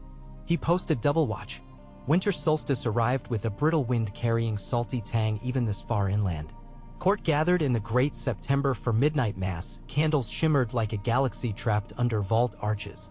Jaime stood beside the prince, hearing prayers for forgiveness sung in 1,000 trembling voices. He wondered if shifting winds carried his own sins heavenward or buried them deep as dragonfire. After the service, Varys drifted to Jaime's side. Rumors of a secret wedding swirl, he murmured. Some say Lady Cersei weds a proxy for Viserys before the moon turns. Jaime clenched fist on Sword Hill. If she weds without royal assent. Scandal erupts, Varys finished. But scandal, like wildfire, spreads if not smothered. Perhaps a brother's council? Jaime sought Cersei but found her chambers guarded by Lannister men loaned from Tywin's retinue. They barred him politely. He returned to his cell sleepless. 2 nights later, a carriage slipped through River Gate with curtains drawn. Witnesses swore they saw a lady inside wearing Lannister crimson, bound for the Gold Road. Jaime could not leave his post, but he sent Lons Rivers on a swift horse. The bastard returned snow-flecked. The carriage vanished near Sow's Horn where scouts loyal to Tywin patrolled. Cersei was gone. Rhaegar took the news gravely. We cannot pursue. Tywin would call it an act of war. Instead, he penned letters demanding explanation. No reply came. Tension mounted when Connington's party returned stymied, Tyrell furious. Ned delivered Tywin's latest demand. He would lift tolls only after the crown renounced reforms threatening noble privilege. Rhaegar refused. At dawn on a freezing morning, a raven arrived from Riverrun. Hosters Tully's youngest daughter, Lisa, had been abducted en route to Winterfell for her wedding to Jon Arryn. Bandits left a sigilless cloak pinned with a golden lion brooch. Jaime felt his stomach drop. Tywin had loose dogs. That same day, City Watch uncovered a hidden cache of wildfire beneath Baelor's September, 2 jars missing priming fuses. Someone had tried to recreate Rossard's network. Jaime realized factions sought to prove the city unsafe under Targaryen stewardship, stoking fear to justify regime change. Rhaegar called an emergency council. Storms hammered stained glass windows as lords argued. At last, the prince rose. If Lord Tywin believes fear rules better than trust, he said, voice like tempered steel, let us meet fear openly. I will ride to stony September with no host save the King's Guard and prove we need no wildfire to hold the realm. Jaime protested it was folly, but Rhaegar's gaze held resolve that bent steel could not. The next morning, Jaime saddled honor before dawn. Snowflakes danced in torchlight. Barristan, Arthur, and Hightower joined. Ned insisted on accompanying. Robert refused to be left behind. They rode silently through slush, the city walls receding like faded memories.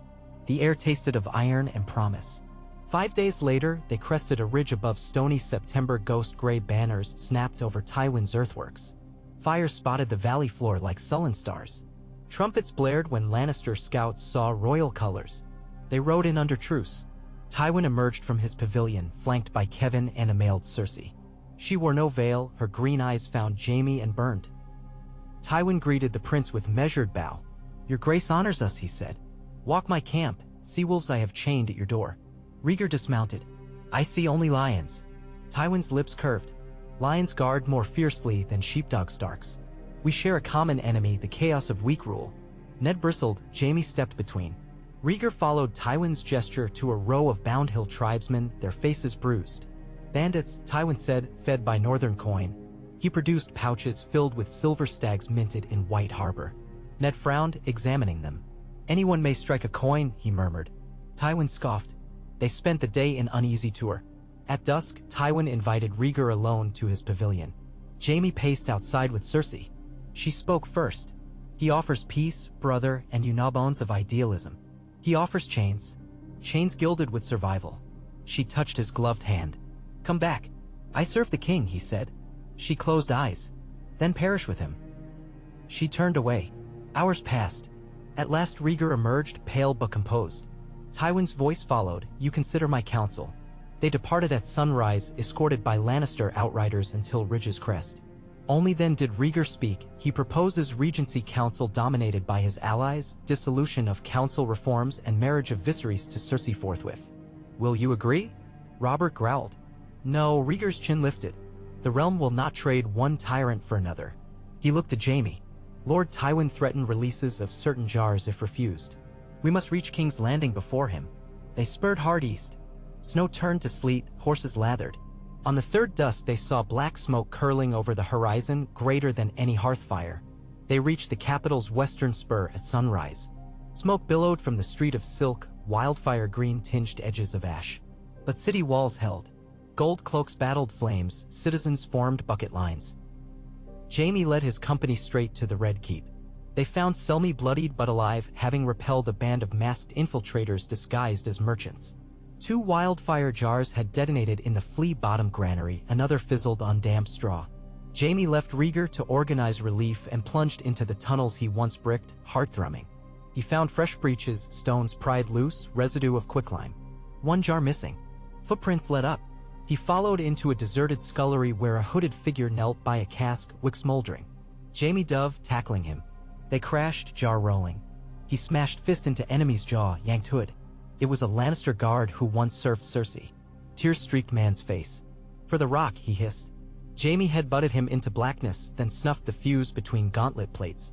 Outside, bells tolled victory. Rhaegar's swift coordination had stifled the blaze, damage limited. Tywin's escalation failed. Within hours, ravens bore Rhaegar's proclamation: any house employing wildfire would be declared traitor to realm and faith. The High Septon affixed divine condemnation. Lords who had wavered now rallied to crown. Jaime wrote to his father, "Father, withdraw. The realm stands." He received no reply. Instead, Tywin marched north, maybe to claim Riverrun. Rhaegar convened war council. Ned and Robert pledged armies. Tyrell offered grain and spears. The realm braced again for civil blood. That night, Jaime visited Queen Rhaella. She sat by Aegon's cradle, stroking the sleeping infant's hair. "Another dance," she whispered. "Why must men always dance on bones?" Jaime knelt. "We will end it quickly." She touched his cheek. "Endings birth beginnings. Guard him, Sir Jaime." Her glance drifted to the babe. "Guard his dawn." He swore on sword and soul. Winter churned south swiftly, but royal hosts mustered swifter. By first full moon after New Year, armies camped along Blackwater shore. Wolf banners beside stag rose beside fish. Only lion standards were absent. Rhaegar addressed the lords atop ramparts. "We march not for vengeance but for peace." Scouts rode ahead, Jaime rode with them. They crossed the Trident where reeds still whispered of Rhaegar's earlier fate in another timeline now unwritten. Northbank fields lay frosted silver. Fires of Tywin's army glowed beyond Green Fork, fortress of shields and discipline. Parley occurred on an islet midstream, neutral, each side allowed 5 knights. Jaime stood behind Rhaegar, opposite, Tywin with Kevin, Cersei cloaked but silent. Snow fluttered. Tywin spoke calm as ever: "Withdraw, and the rock pledges taxes toward rebuilding. Accept Viserys' betrothal. Name me Warden of West and South, and peace reigns." Rhaegar's answer: "Peace and freedom entwine. I will not barter them." He offered amnesty if Tywin disarmed wildfire proxies and submitted to council oversight. Tywin's eyes narrowed. Lions submit to none. Parley ended. Battle lines formed over 3 days, but fate had other designs. On the eve of battle, wildfire barrels secreted by Tywin's rogue agents ignited prematurely in his own supply camp. Sabotage by a Sellsword disgruntled over late pay. Green fire devoured siege engines, stores, gold. Panic spread. Hill clansmen fled. Columns buckled. Rhaegar's captains urged attack, but the prince withheld. Dawn revealed Tywin's host in disarray, banners ragged. Jaime rode with a white flag to the burnt remains of his father's pavilion. There, among char and twisted iron, he found Tywin sitting on a keg, armor scorched. Cersei knelt at his feet, weeping. "Father," Jaime said, voice breaking. Tywin looked up, eyes hollow. Fire spares no architect. His gaze drifted to horizon. "I built empire, yet could not buy one loyal spark." He coughed black phlegm. "I am done." Rhaegar arrived, accepted Tywin's surrender. Terms: disband army, swear fealty, forfeit 1/3 of gold mines, levy for a decade to fund rebuilding. Viserys released from betrothal. Cersei remained free but unwed. Tywin agreed, pride ashes in his mouth. Months rolled on. King's Landing rebuilt more than walls, it rebuilt trust. The Great Council resumed, passing the Hands Charter limiting standing armies, granting small folk representatives in local courts. A grain reserve stored surplus from Reach and Riverlands, ready for lean winters. The Citadel opened a healer's college in the capital's South Ward. Rhaegar visited often, playing harp to recovering patients. Jaime continued captaincy of the King's Guard but also took charge of a new corps of wildfire wardens, unarmed sapper engineers overseeing controlled disposal and study so disasters never recur. He traded sword for shovel at times, wading through soot to seal jars miles outside city walls in deep sandstone quarries. One spring dawn, as plum blossoms drifted across the godwood of the Red Keep, Jaime stood with Ned Stark kneeling before a heart tree newly transplanted with Rhaegar's blessing. Their oath renewed, lion and wolf, guardians of dawn. "Strange," Ned murmured, brushing bark. "Peace feels heavier than war." "That's because peace is carried by many shoulders," Jaime replied. "War leans on blades, peace leans on hearts." They rose. Children's laughter rang from courtyard where Robert and Lyanna's firstborn toddled chasing a wooden stag. Barristan watched, smiling. Jaime looked to sunrise gilding Blackwater Bay and felt the realm breathe, fragile yet living, not in songs of conquest but in quieter tales, a healer's triumph, a miller's rebuilt granary, a city whose nightmares no longer smoldered beneath cobbles. He could still hear whispers of Kingslayer some nights, but they faded beneath newer words carried on spring breeze. Shield-bearer, Stormbreaker, Oath-forged. And in the hush before dawn, when the realm stirred between dreams, Jaime Lannister let the silence settle inside him, clean and cold like mountain snow. And for the first time since drawing Blackfire in a room of wildfire, he allowed himself to believe that the song of ice and fire might yet resolve not into crescendo of flame but into the steady, enduring hum of life. The day the last wildfire jar was entombed beneath the sandstone ridges of Sharp Point, rain rolled in from the narrow sea, drumming on every helm and shield until the convoy that escorted the wagons looked less like soldiers than barnacled statues dredged from some drowned city. Jaime watched the masons set the final slab, wet mallets thudding like muted gongs, then stepped back and let his breath fog the air. A dozen new forged chains crisscrossed the seam, each link stamped with a crowned harp, the mark of Rhaegar's reign, and above them masons mortared a single white stone carved with the seven-pointed star. No sigil of lion or dragon, because the fire that slept beneath belonged to no house and every house. Ser Arthur Dayne offered Jaime a strip of linen to wipe rain from his eyes. "When future fools dig here," Arthur said, "they'll curse us for burying treasure." Jaime knelt in sludge to clasp the padlock that joined the chains. "Let them. Treasure that burns the robber is better left buried." He snapped the lock shut, slid the key into a waiting lead box, and sealed the iron lid with hot wax bearing the hand seal. One copy would rest in the Grand Library, another in Hexagon Tower at Old Town, a third in Hightower's custody. The fourth he tucked into a leather pouch that would ride at his hip until he slept in the White Sword Tower again. When the last hammer blow rang off stone, the crowd of villagers who had trudged up from Sharp Point's hamlet raised a ragged cheer. They hurled garlands of wet winter roses at the wagon beds, as though shouting farewell to a corpse that had menaced them for years, and in truth they were. Jaime mounted honor, saluted the masons, and led the column back along the coast road toward the capital. The rain eased by nightfall. Gray gulls wheeled overhead, crying against a slate sky, their reflections sliding across pools that filled the wagon ruts like quicksilver. That evening, campfires flickered in sodden circles along a headland slope. Jaime shared a modest canvas shelter with Arthur, Hightower, and Lons Rivers. They chewed salt cod and harbread while wind worried the guy ropes. Conversation wandered from Essosi war rumors, Pentos now armed by Bravosi coin, to the Queen's lingering sickness. Riella's cough worsened with each damp gust, and Maester Gorman had written of blood-flecked linens. Jaime listened in uneasy silence, thinking of the whispered prayers she whispered over Aegon's cradle each night. Past midnight, as the fires guttered low, a sentry fetched Jaime. A rider had come from King's Landing, spattered in road muck and panting. Jaime stepped into drizzle, lantern raised. The rider, Serlal Crakehall, cheeks raw from wind, dismounted and thrust a leather tube. Wax still dripped, proof of haste. Jaime broke the seal. It bore 3 short lines in Rieger's hand. Mother failing. Return with all haste and hope. Trust is our shield. He closed his fist around the parchment. Arthur saw and tensed. Bad? Worse if we tarry. Jaime gave orders. Wake every man, hitch teams, march through night. Within half an hour the column lurched onto the rain-shiny road, lanterns bobbing. Hoofs spattered mud, wagon wheels creaked like groaning timbers. They rode without halt until dawn smeared thin rows across the east. By midday frost-rimed helm crests. At dusk of the second day, capital spires pierced low cloud and bells tolled slow and solemn. Jaime's gut twisted, tolling for the dying, not the dead yet. Crossing the drawbridge into the Red Keep, he smelled lavender oil and funeral incense even before dismounting. Inside the Queen's apartments, tapestries had been drawn, candles flickered in every alcove, and silent septas knelt in rows. Rieger stood at his mother's bedside, shoulders bowed. Aegon slept in his cradle nearby, unaware of the hush wrapping the room. Riella Targaryen's once silver hair lay splayed across pillows stained with rose-colored phlegm. Her eyes fluttered open when Jaime approached. He knelt and pressed gloved fingers to her frail hand. "My queen," he murmured.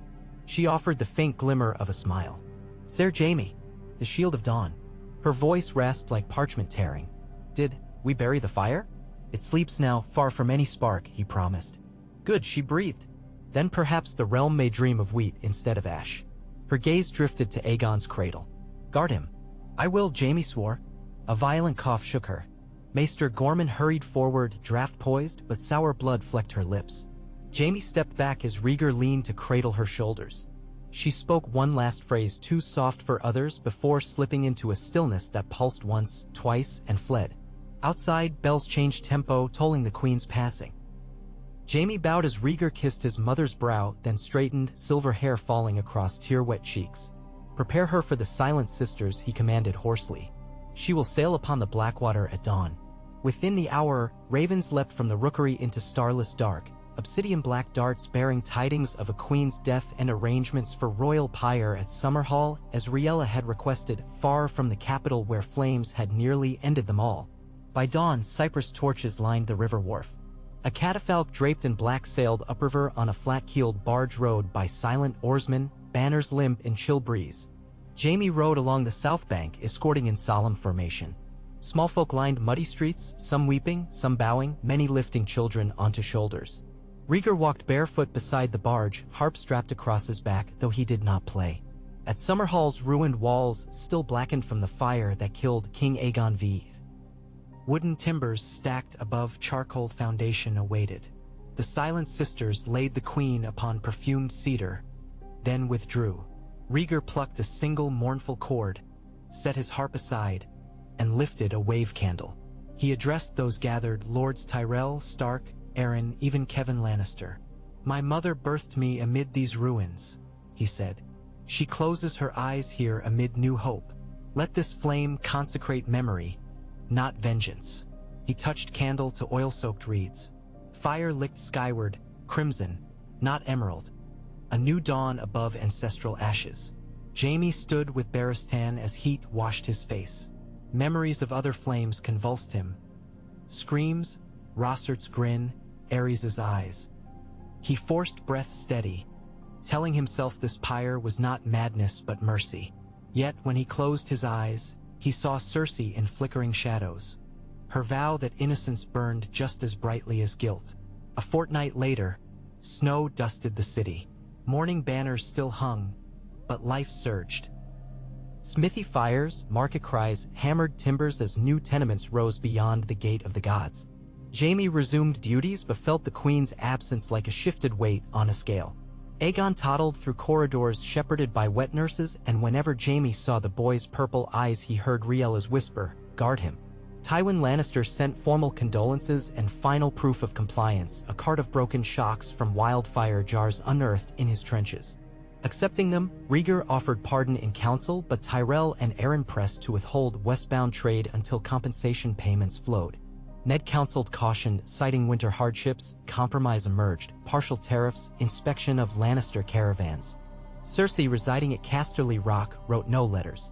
But a rumor reached the capital: she'd taken charge of a cadre of goldsmiths, minting coins stamped with twin lions rampant.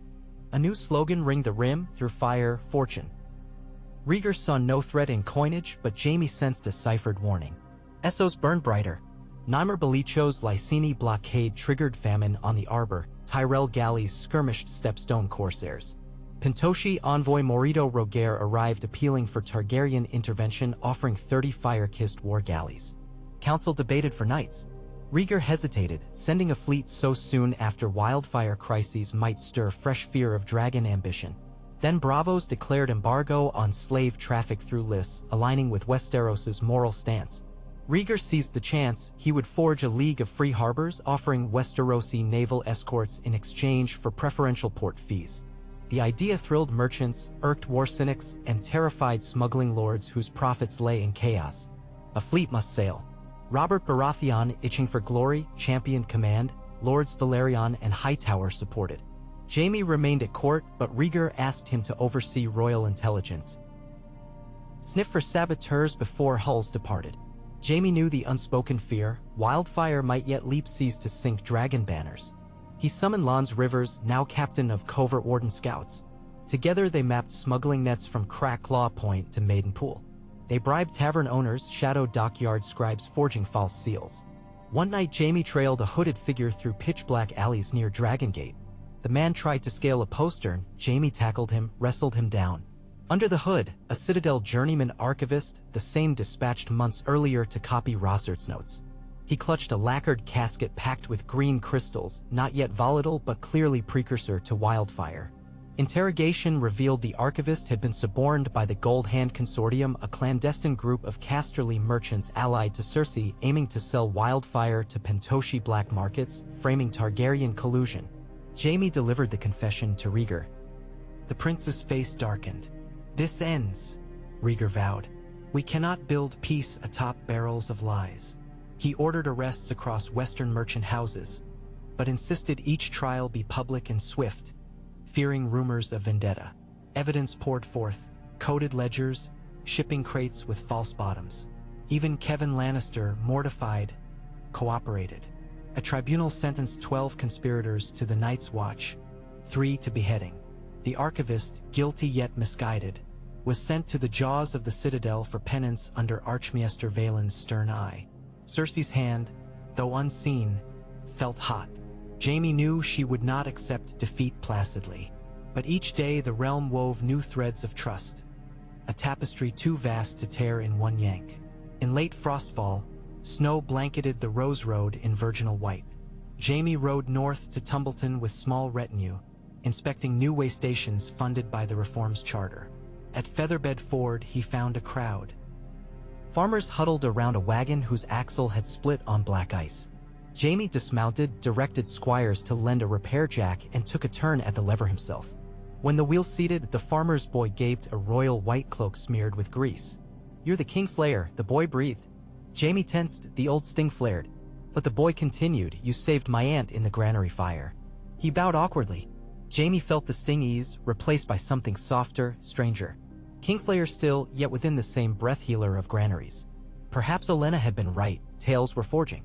That night, he knelt beside a small sept at road's edge, candles guttering in drafts. He did not pray, words eluded him, but he listened to hush between gusts and thought of shields unshattered. Spring brought blossoms along the Honeywine, but also ravens from Old Town, reports of a plague ship adrift near the Shield Islands. Maesters described a pox fever that blackened tongues and sparked eyes to bleed. Hightower Beacon flashed alerts. Reach Lords barred harbors.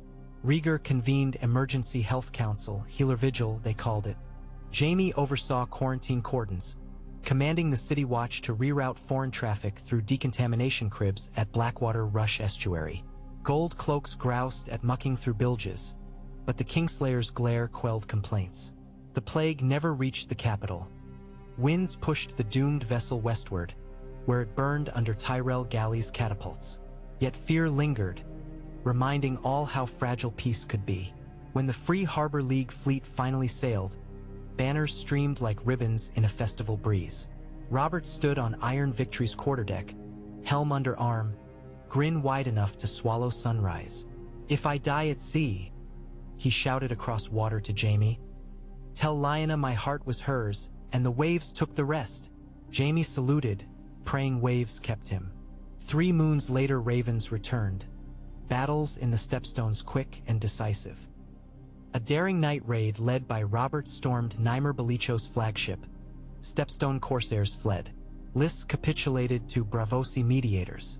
Trade reopened. Robert's famed soared, songs minted nightly. Yet he wrote only to Lyanna, and she answered with news of their child quickening, a future Baratheon with wolf blood. Jaime read those letters on guard duty outside Lyanna's solar, amused at Robert's attempts to wax poetic, then folded them carefully. He could not quell memory of Cersei writing with venomous eloquence. He had heard nothing from her since Wildfire Tribunal, but silence from a lioness seldom meant surrender. Late summer lightning split the skies the night Aegon took his first steps across the throne room dais. Jaime witnessed. The toddler waddled from Rhaegar to Arthur Dayne, squealing. Onlookers erupted with cheers that bounced from vaulted arches like flocks of sparrows. Aegon grinned, little fists pumping. The next morning, Kevin Lannister appeared requesting private audience with Jaime. They met atop the Tower of the Hand where gulls wheeled. Kevin's lined face seemed heavier. "My niece prepares to claim her own destiny," he said without preamble. "Tywin weakens. Cersei rules the Rock in all but name. Then let her rule," Jaime answered carefully. "With peace." Kevin's eyes glinted anguish. "She doesn't seek peace. Word reached me she bargains with rogue pyromancers exiled to Essos. She hunts a dragon of glass, alchemists' rumor of an explosive gas thrice the reach of wildfire, colorless, tasteless." Jaime's blood chilled. "Why tell me?" Kevin laid parchment on balustrade, a charcoal sketch of strange globes bound in wicker harness. "I love my people more than pride. Stop her before pride costs seas of blood." He bowed and left. Jaime stared at the drawing until sunset painted the bay crimson. That night he called council of Barristan, Arthur, Lons, and Varys. The spider produced corroborating whispers. Cersei-sponsored travels of Oro Mandries, disgraced Lysine alchemist now in Lannisport dungeons testing dragon glass fire. Evidence thin but plausible. Rhaegar, apprised, ordered covert dispatch of wildfire wardens to the Rock. Jaime volunteered to lead, but Rhaegar needed his shield beside Aegon. Instead, Arthur took 10 silent sisters disguised as healers, warriors beneath robes to infiltrate Casterly Labs. Weak stretch taut. Messages sparse. Then, a raven to Jaime only, ciphers he and Arthur shared since squires together. The letter spoke of hidden caverns beneath Lannisport cliffs, sealed kegs, and Cersei's plan to demonstrate power during Harvest Games by igniting a flotilla of target hulks, spectacle to cow Westeros into accepting her guardianship. The games fell in 12 days. Jaime sought Rhaegar, "Let me ride." The king hesitated. "If you go, whose shield guards my son?" "Barristan's," Jaime said. "Hightower's. And your own." Rhaegar searched his face, nodded. "Then go, and may the 7 ride with you." Jaime donned travel leathers, no lion emblazoned, only plain steel and a white surcoat wrapped within packs. Lons Rivers and 4 scouts rode at his back. They left at dawn, spurring west along Gold Road through dappled groves. On 5th night, storm clouds massed, thunder chased them into foothills. They skirted Tywin's outposts, trading coin for silence until golden crags of the Rock loomed beneath moonlight. Arthur's contact, an acolyte smuggled out, met them in a sheepherder's hut. He led them through goat tracks to a seaside fissure hidden by kelp-draped boulders. Inside, tunnels wound downward, echoing surf. Lanterns hooded, they advanced. Distant hammering ricocheted, sparks glinting, forges deep within. Jaime glimpsed shadows moving past iron cages where casks stood stacked 12 high. Suddenly a horn blast tore through caverns. They'd been seen. Jaime drew steel. Echoes rang like clashing dragons. Mandariz's gray-robed men surged, some wielding torches, others slings loaded with clay grenades that hissed pale fumes. Lance felled two with arrows. Jaime parried torch, slashed thigh. Flames skittered across damp stone but fizzled. Arthur appeared from gloom, blade dawn shining, cutting down a guard. He gestured toward a massive copper vat atop a timber scaffold. Primary vessel, burst it, the compound floods, caves drown. Jaime hacked rope stays while Arthur shoved a barrel of lamp oil beneath support struts. Torches flew, one struck keg, whoosh. Heat roared. Mandarins shrieked, ordering seal valves. But revolt erupted behind. The acolytes Arthur's sisters had persuaded earlier sabotaged pumps, smashing gears with hammers. The vat seams groaned. Jaime and Arthur raced for exit as a tidal boom resounded. Gallons of volatile slurry cascaded, quenching flames but spewing noxious vapor. Roof timbers cracked, tunnel shook. They burst out onto wave-lashed ledge as explosion thundered, but pressure vented seawards, no fireball, only vast plume of briny mist. The dragon of glass died unborn. Cersei waited in gallery above sea cave, flanked by red cloaks. She stared down, hair whipping. Jaime climbed slick ladder, dripping and burned. She pointed crossbow, green eyes aflame. "You choose them still," she hissed. "I choose everyone," he answered. She sneered, finger white on trigger. Arthur hauled himself onto ledge behind, sword leveled. Cersei's gaze flicked, calculating. "Kill me," she taunted, "and prove the song's right." Jaime stepped forward, letting tip of sister's bolt rest over his heart. "I already wear enough names," he said. "Add Kinslayer if you must. But fire ends here." She trembled, lowered bow, then whirled, loosing bolt at oil lamp above.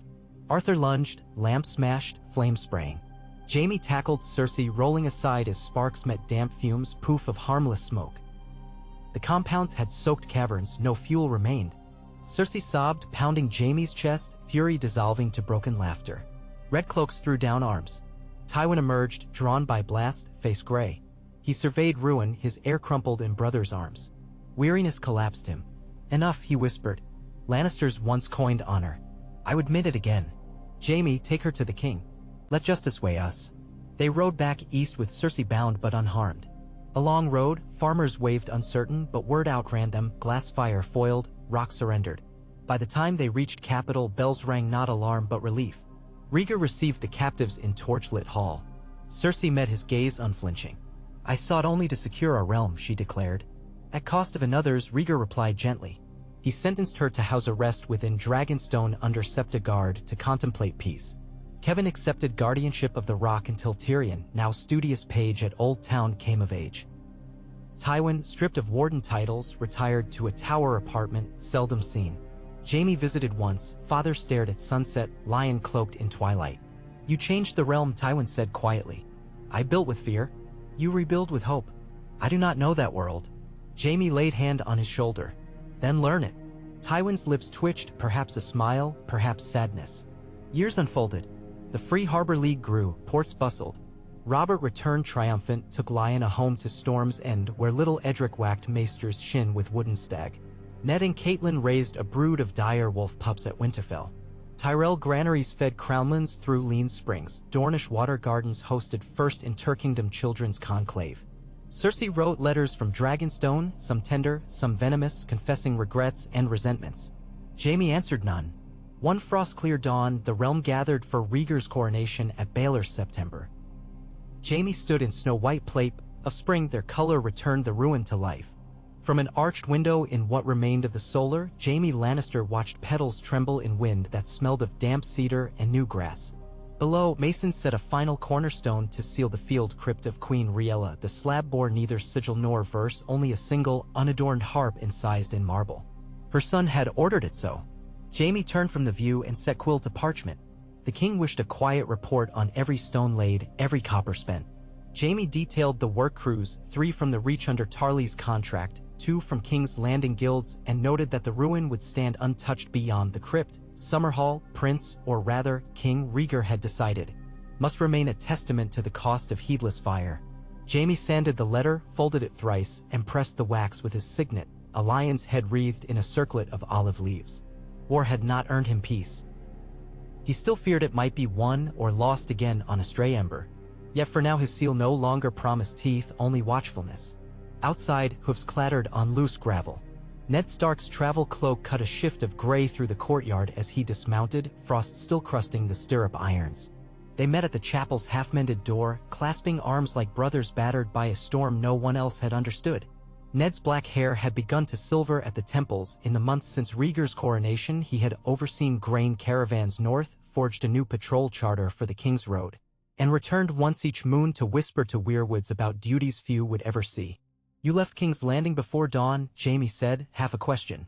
"News from the Wall came by Raven last night," Ned answered, voice quiet. A ranging party sighted shadows with blue eyes near the gorge. 2 brothers vanished. Lord Commander Corgyle requests aid.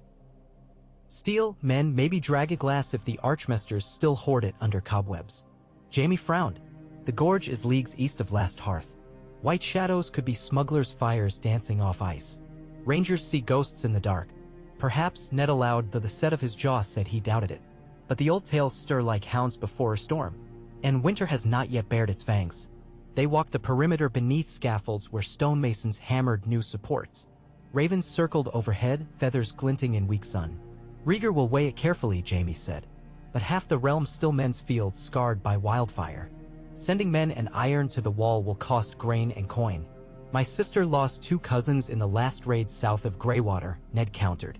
"If white stock forests, grain will matter little." Jaime exhaled. He had learned to listen when Ned spoke of ghosts. Too many haunts of their own lingered between them. "I ride for King's Landing within the hour. Travel with me and speak before the council." Ned nodded. "I will. Summerhall can wait, the realm's bones lie farther north." As they prepared, a horn blast echoed along the valley. Scouts rode in bearing crimson banners stamped with 2 lions rampant, Cersei's sigil for the Rock since Tywin's quiet abdication. Jaime's pulse quickened. Months had passed since her confinement on Dragonstone, months in which rumors of her fury, slow, simmering, wafted like wood smoke. The riders dismounted, their captain knelt, presenting a lacquered casket bound in iron. "Lady Cersei sends word from Dragonstone," he said. "She seeks audience with his grace and the small council within 10 days turning." Jaime accepted the casket, dismissed the riders to warm themselves at cook fires. Alone, he unlatched the lid.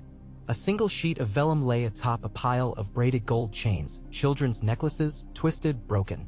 The letter read, "The sea teaches patience, the forge teaches shape. I would reshape what was broken. The children of this realm deserve more than fear. Remove these remnants from my sight when next we speak, and I will bring a gift in return.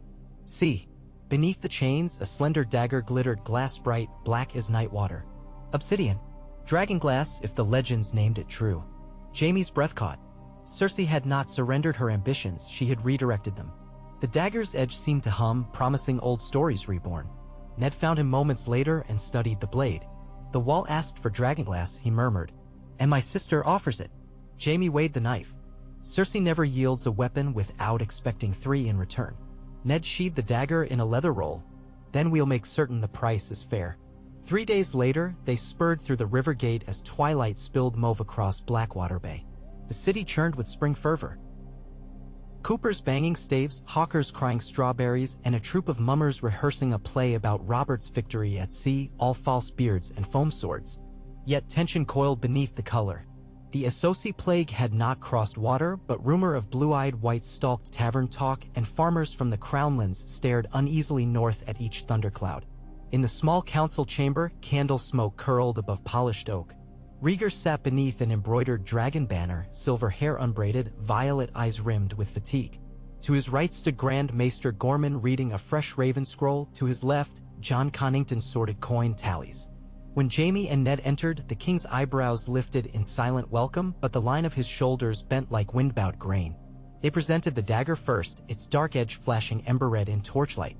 Gasps fluttered around the table. Gorman adjusted spectacles. "Dragonglass," he confirmed. "Rare south of Dragonstone's old vents." Ned delivered the Wall's plea. Silence followed, broken only by quill scratches. Connington took notes. Rhaegar pressed fingertips together. "The Night's Watch receives yearly stipends from royal coffers," Mace Tyrell grumbled, patting his girth. "They should husband their coin." "Coin cannot buy life from whites," Ned said coolly. Tyrell harumphed but subsided. Robert, recently returned from Stepstones, lounged against a pillar in seawolf fur cloak. If cold corpses do walk, we'll need more than Blackstones, he mused. My hammer's ready. Rieger stood. We will send aid. 300 spears from the royal levies, 24 maesters with drafts for cold and fever, and every shard of dragaglass the crown can muster. Lord Tyrell, see that the Citadel's ships sail within a fortnight. Tyrell's jowls shook, but he bowed. And the price of Lady Cersei's generosity? Connington asked. Jaime laid the broken necklaces upon the table. She wishes the past cleared from her path. Tokens of rich gold wasted on wildfire bargains. I think she means to prove her coins will buy grain, not flame.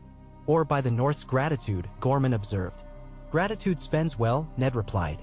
If she means to pay, let us set an honest rate. Robert barked a laugh. Never thought I'd see lions and wolves haggle like fishwives. But they did. All night the council argued tariffs, escort rights, and troop allotments. By dawn pale light seeped through arrow slits, revealing parchment piles and half-drunk cups. An accord emerged. House Lannister would mine and ship 1,000 weighted stones of obsidian from Dragonstone's veins to castles along the wall. In exchange, the crown would drop blockade inspections on western grain convoys, easing winter prices.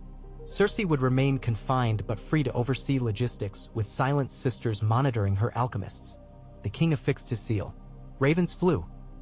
When Cersei arrived 10 days later, the city paused as if holding its breath. Her barge glided beneath the shadow of Dragonstone's carved prow, escorted by 2 warships flying the Hourglass of House Valerion and the Lion of the Rock. She disembarked in a gown the color of sunset bleeding into wine, hair caught in 5 braids bound by ebony sticks. Dragonstone winds had roughened her cheeks, but her stride was iron. Jaime embarrassed and flanked her up the Red Keep's marble steps. In the throne room, she knelt before Rieger, though her eyes held challenge. Your Grace, she said, voice clear as temple bell. I bring what the wall requires and ask only the lion's fair place in sunrise. Rieger's reply came soft. The sun rises for all, my lady, but its warmth grows thin if divided by mistrust. Cersei's lips tensed. Then let trust be minted. She produced a new coin, larger than a stag, hammered in red gold. One face bore the crowned harp intertwined with twin lions. The other, a torch extinguished. For every bushel of grain shipped north, one of these shall be melted. Ensuring prosperity cannot be hoarded. Treasurer Selwyn Tarth examined it, whistling low. Costly pledge. Faith costs, Cersei said, eyes cutting to Jaime. The king lifted the coin, turned it between long fingers. Then let us bear the cost together. He declared the coin a symbol of the renewal tax, a voluntary tithe from great houses funding wall defenses, recorded for songs not slander. Applause, tentative at first, swelled like tide. Jaime felt a weight ease in his chest. Cersei dipped her head, half victor's nod, half concession. Yet peace seldom settles long. That very noon, a raven from Old Town reported Lyseni corsairs had seized the arbor's westernmost vineyards, setting torches to casks reserved for royal wedding feasts. Pentos blamed Bravos for failing naval patrol. Bravos accused Tyrell's slower convoys. The League of Free Harbors strained. Robert spat oaths, eager to sail again. Tyrell muttered about overstretched coffers. Raven after raven tapped window panes like skeletal fingers. Rieger's council splintered into factions, one urging decisive war upon list to quell piracy, the other pleading restraint lest foreign wars bleed their own granaries. Jaime listened, weighed each argument. He had stood where fire and pride forged weapons cursed to cut their wielders. That night, he walked the deserted training yard, torch in hand, until sweat cooled on his brow. In Barristan's shadow, he practiced forms his mind barely followed. High parry, low cut, spin, thrust. Sparks flew as steel struck steel. The rasp of blades mirroring the rasp of council voices would not leave his ears. How many more fires would the realm demand of him? He found Rieger alone in the godwood, cloak dusted with petals from the first blooming crabapples. The king plucked silent chords on the harp. Peace feels thin as parchment, Jaime said. Rieger answered with music, fingers coaxing a melody that trembled like dawn. Parchment can carry a treaty that binds 100 years, he murmured. Or a song that breaks 1,000 hearts. Either way, words are lighter than swords. Jaime sank to a bench. Tyrell wants list burned. Robert wants plunder. Bravos wants tribute. The Watch wants help. and farmers want any coin left over. In all that wanting, what do you want, Jaime? He looked up. Starfrost haloed branches above the king's head. That children never again fear green fire in the night. Rhaegar smiled, weary but warm. Then hold to that. The rest will align. It did not align gently. Weeks later, Lyseni corsairs landed on Cape Wrath, torching 3 fishing villages before Baratheon galleys repelled them. Robert's grief turned to rage. He sailed within a day, hammer raised. Tyrell followed with grain fleet guards. On the horizon of each decision, Jaime saw Wildfire's reflection. A flicker of ruin behind every bold plan. He requested leave to travel the King's Road north, inspect Dragaglass shipments, reassure lords that the crown remembered each holdfast. Rhaegar agreed. Ned rode beside him as far as Moat Cailin, where marsh mist swallowed the sun. Then Ned turned east to deliver supplies to White Harbor. Jaime continued alone with a squad of white cloaks and Lons Rivers. At Queen's Crown, he paused in a low-roofed inn where the matron pressed honeyed wine upon them, saying lions had once broken her storage barrels yet now loaned carts to rebuild. At last Hearth, Lord Umber's youngest, wrestled Jaime in the yard, laughing when the Kingslayer let himself be thrown in the mud. Each night, they stopped at villages once bled by Tywin's taxes. Now small folk offered cheese wheels and songs. Jaime accepted one ballad, a rough-voiced tune praising a shield-forged lion, with humble nod, though flame flared under his cheeks. At Castle Black, ravens wheeled against a sky the color of sword steel. Commander Corgyle met them in the courtyard, gaunt and wind-chapped. 2 rangers had indeed vanished near the gorge, tracks ended in blue-lit pines. But more worrying, wildlings spoke of drums beyond the frost fangs, a single heartbeat throbbing through ice caves.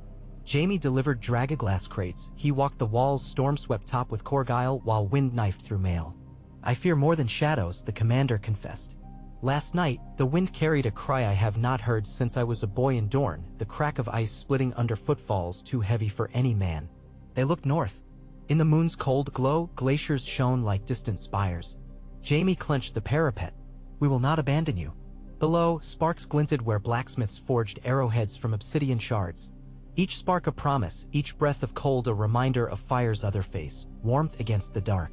Southward, storms brewed, not of snow, but of politics. When Jaime crossed the neck again, a raven intercepted him. Robert's fleet triumphed, capturing Admiral Belicho alive, yet Tyrell banners withdrew after a quarrel over spoils. Bravos threatened sanctions, Pentos demanded a share, and Tyrell's envoys muttered about unfair cost-bearing. Cortesias passed Jaime on the road, each bearing sealed provision lists like daggers hidden in sleeves.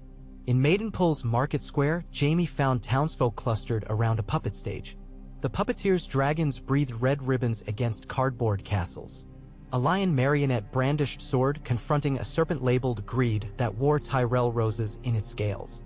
Laughter rippled, but knife-sharp murmurs lingered. Reaches should feed themselves, they said. Dragons should mind their coasts. Seeds of fisher sprouted. Returning to the capital, Jaime sought Rhaegar in the Tower of the Hand. He found him kneeling before a table strewn with letters. The king's eyes rimmed red. He had read too many pleas, too many threats. He gestured Jaime closer. My brother Viserys, Rhaegar whispered, writes from Dragonstone asking why the lords see coins where he sees crowns. He wishes to tour the realm, prove dragons still inspire. Viserys had turned 13 that year, clever, willful, restless. Jaime remembered Cersei's earlier designs on the boy. He weighed the peril. A tour might help, he said slowly, but he must ride with shields that guard him from sycophants. You trust me with many shields, Rhaegar smiled sadly. Yet each day places more weight upon your cloak. Jaime shook his head. Oaths do not weigh as much as remorse. Rhaegar closed fingers around Jaime's forearm. Then let me lighten both. He drew forth a slim parchment, unsealed. Henceforth Ser Jaime Lannister, for deeds rendered in service of peace, is named Lord Commander of the Kingsguard, to stand as first shield to the realm, and voice of the Seven upon the white sword. Jaime's mouth parted. Gerald Hightower, silent, stern, had asked leave to retire to the starry September after long years. Barristan consented, and Rhaegar had chosen him. I am not the purest knight, Jaime whispered. Purity is for parchments, Rhaegar answered. The realm needs tempered steel. A hush filled the tower. Rain struck shutters. Jaime felt the sword of the office settle across his shoulders. Lighter than feathers, heavier than the world. The coronation of a new Lord Commander took place at dawn on the September of Baelor's marble steps. Snowmelt ran down gutters, reflecting sunrise in rivulets of coppery fire. Jaime knelt while High Septon anointed blade and helm with 7 oils, each scent beckoning memory. Myrrh for courage, cedar for mercy, rose for love. Barristan fastened the white cloak. Ned watched, hand resting on hilt. Cersei, above in a balcony, observed without expression. When Jaime rose, bells pealed. Yet beneath their song, he heard wheels creaking, wheels of realms still in motion, grinding steel and seed alike. He had not ended fire, he had steered it. Now winter's winds sought new sparks. That evening, a message arrived from Storm's End. Lyanna had borne a daughter, Rowena Baratheon, hair dark as a wolf, eyes bright as a summer storm. Robert's joy shook the hall. He declared feasts from Stonehelm to Nightsong. Yet 3 days later, another raven, Belicho, escaped custody en route to King's Landing, aided by cloaked Sel's words. His ship vanished into Stepstone's mist. Tension tightened anew. Bravos accused Westeros of negligence, Pentos hinted at sabotage, Tyrell refused further patrol funding. Viserys prepared his tour. Rhaegar pressed coins into Smith's fires, melting them into new tokens of trust. Jaime drilled recruits, wrote letters north, prayed to all 7 that dragonglass arrowheads would never need to fly. One dusk, as gulls cried over the bay, Cersei sent word requesting parley with Jaime atop the Bridge of Skulls. At the hour, gulls stole bread from fisher nets. He went, alone but armed. She stood by cracked balustrade, salt wind thrashing golden hair loose. "A fine cloak," she said, eyes flicking to the white folds. "Does it chafe?" "It reminds me," he answered. "Of what?" "That you choose strangers over blood." Her voice cracked like thin ice. "I choose future over past," he said. "Come with us. Help build." She laughed, brittle, breaking. "Build what? Tales where lions apologize? Where dragons sing lullabies over graves? Where children grow," he said softly. "Rowena's cries echo across Storm's End. Aegon toddles under the throne. Even you left wildfire behind." "I left nothing," she hissed. "I learn. Fire is a song with many verses. I will find one that saves me." He reached for her, but she stepped back. "Tell your king I honor his coin." "But coins melt, Jaime. Hearts melt. Stone does not." She tapped the balustrade. "Remember that when you lean on oaths." She departed in swirl of crimson cloak. Jaime watched gulls wheel across violet sky, their wings carving silent runes above a city never fully mended. Autumn's bite returned on the eve Viserys began his tour. The boy prince strutted in silver-edged brigandine, white steed prancing. Rhaegar kissed his brow, placed a rolled map in gloved hand. "Read more than you speak," he advised.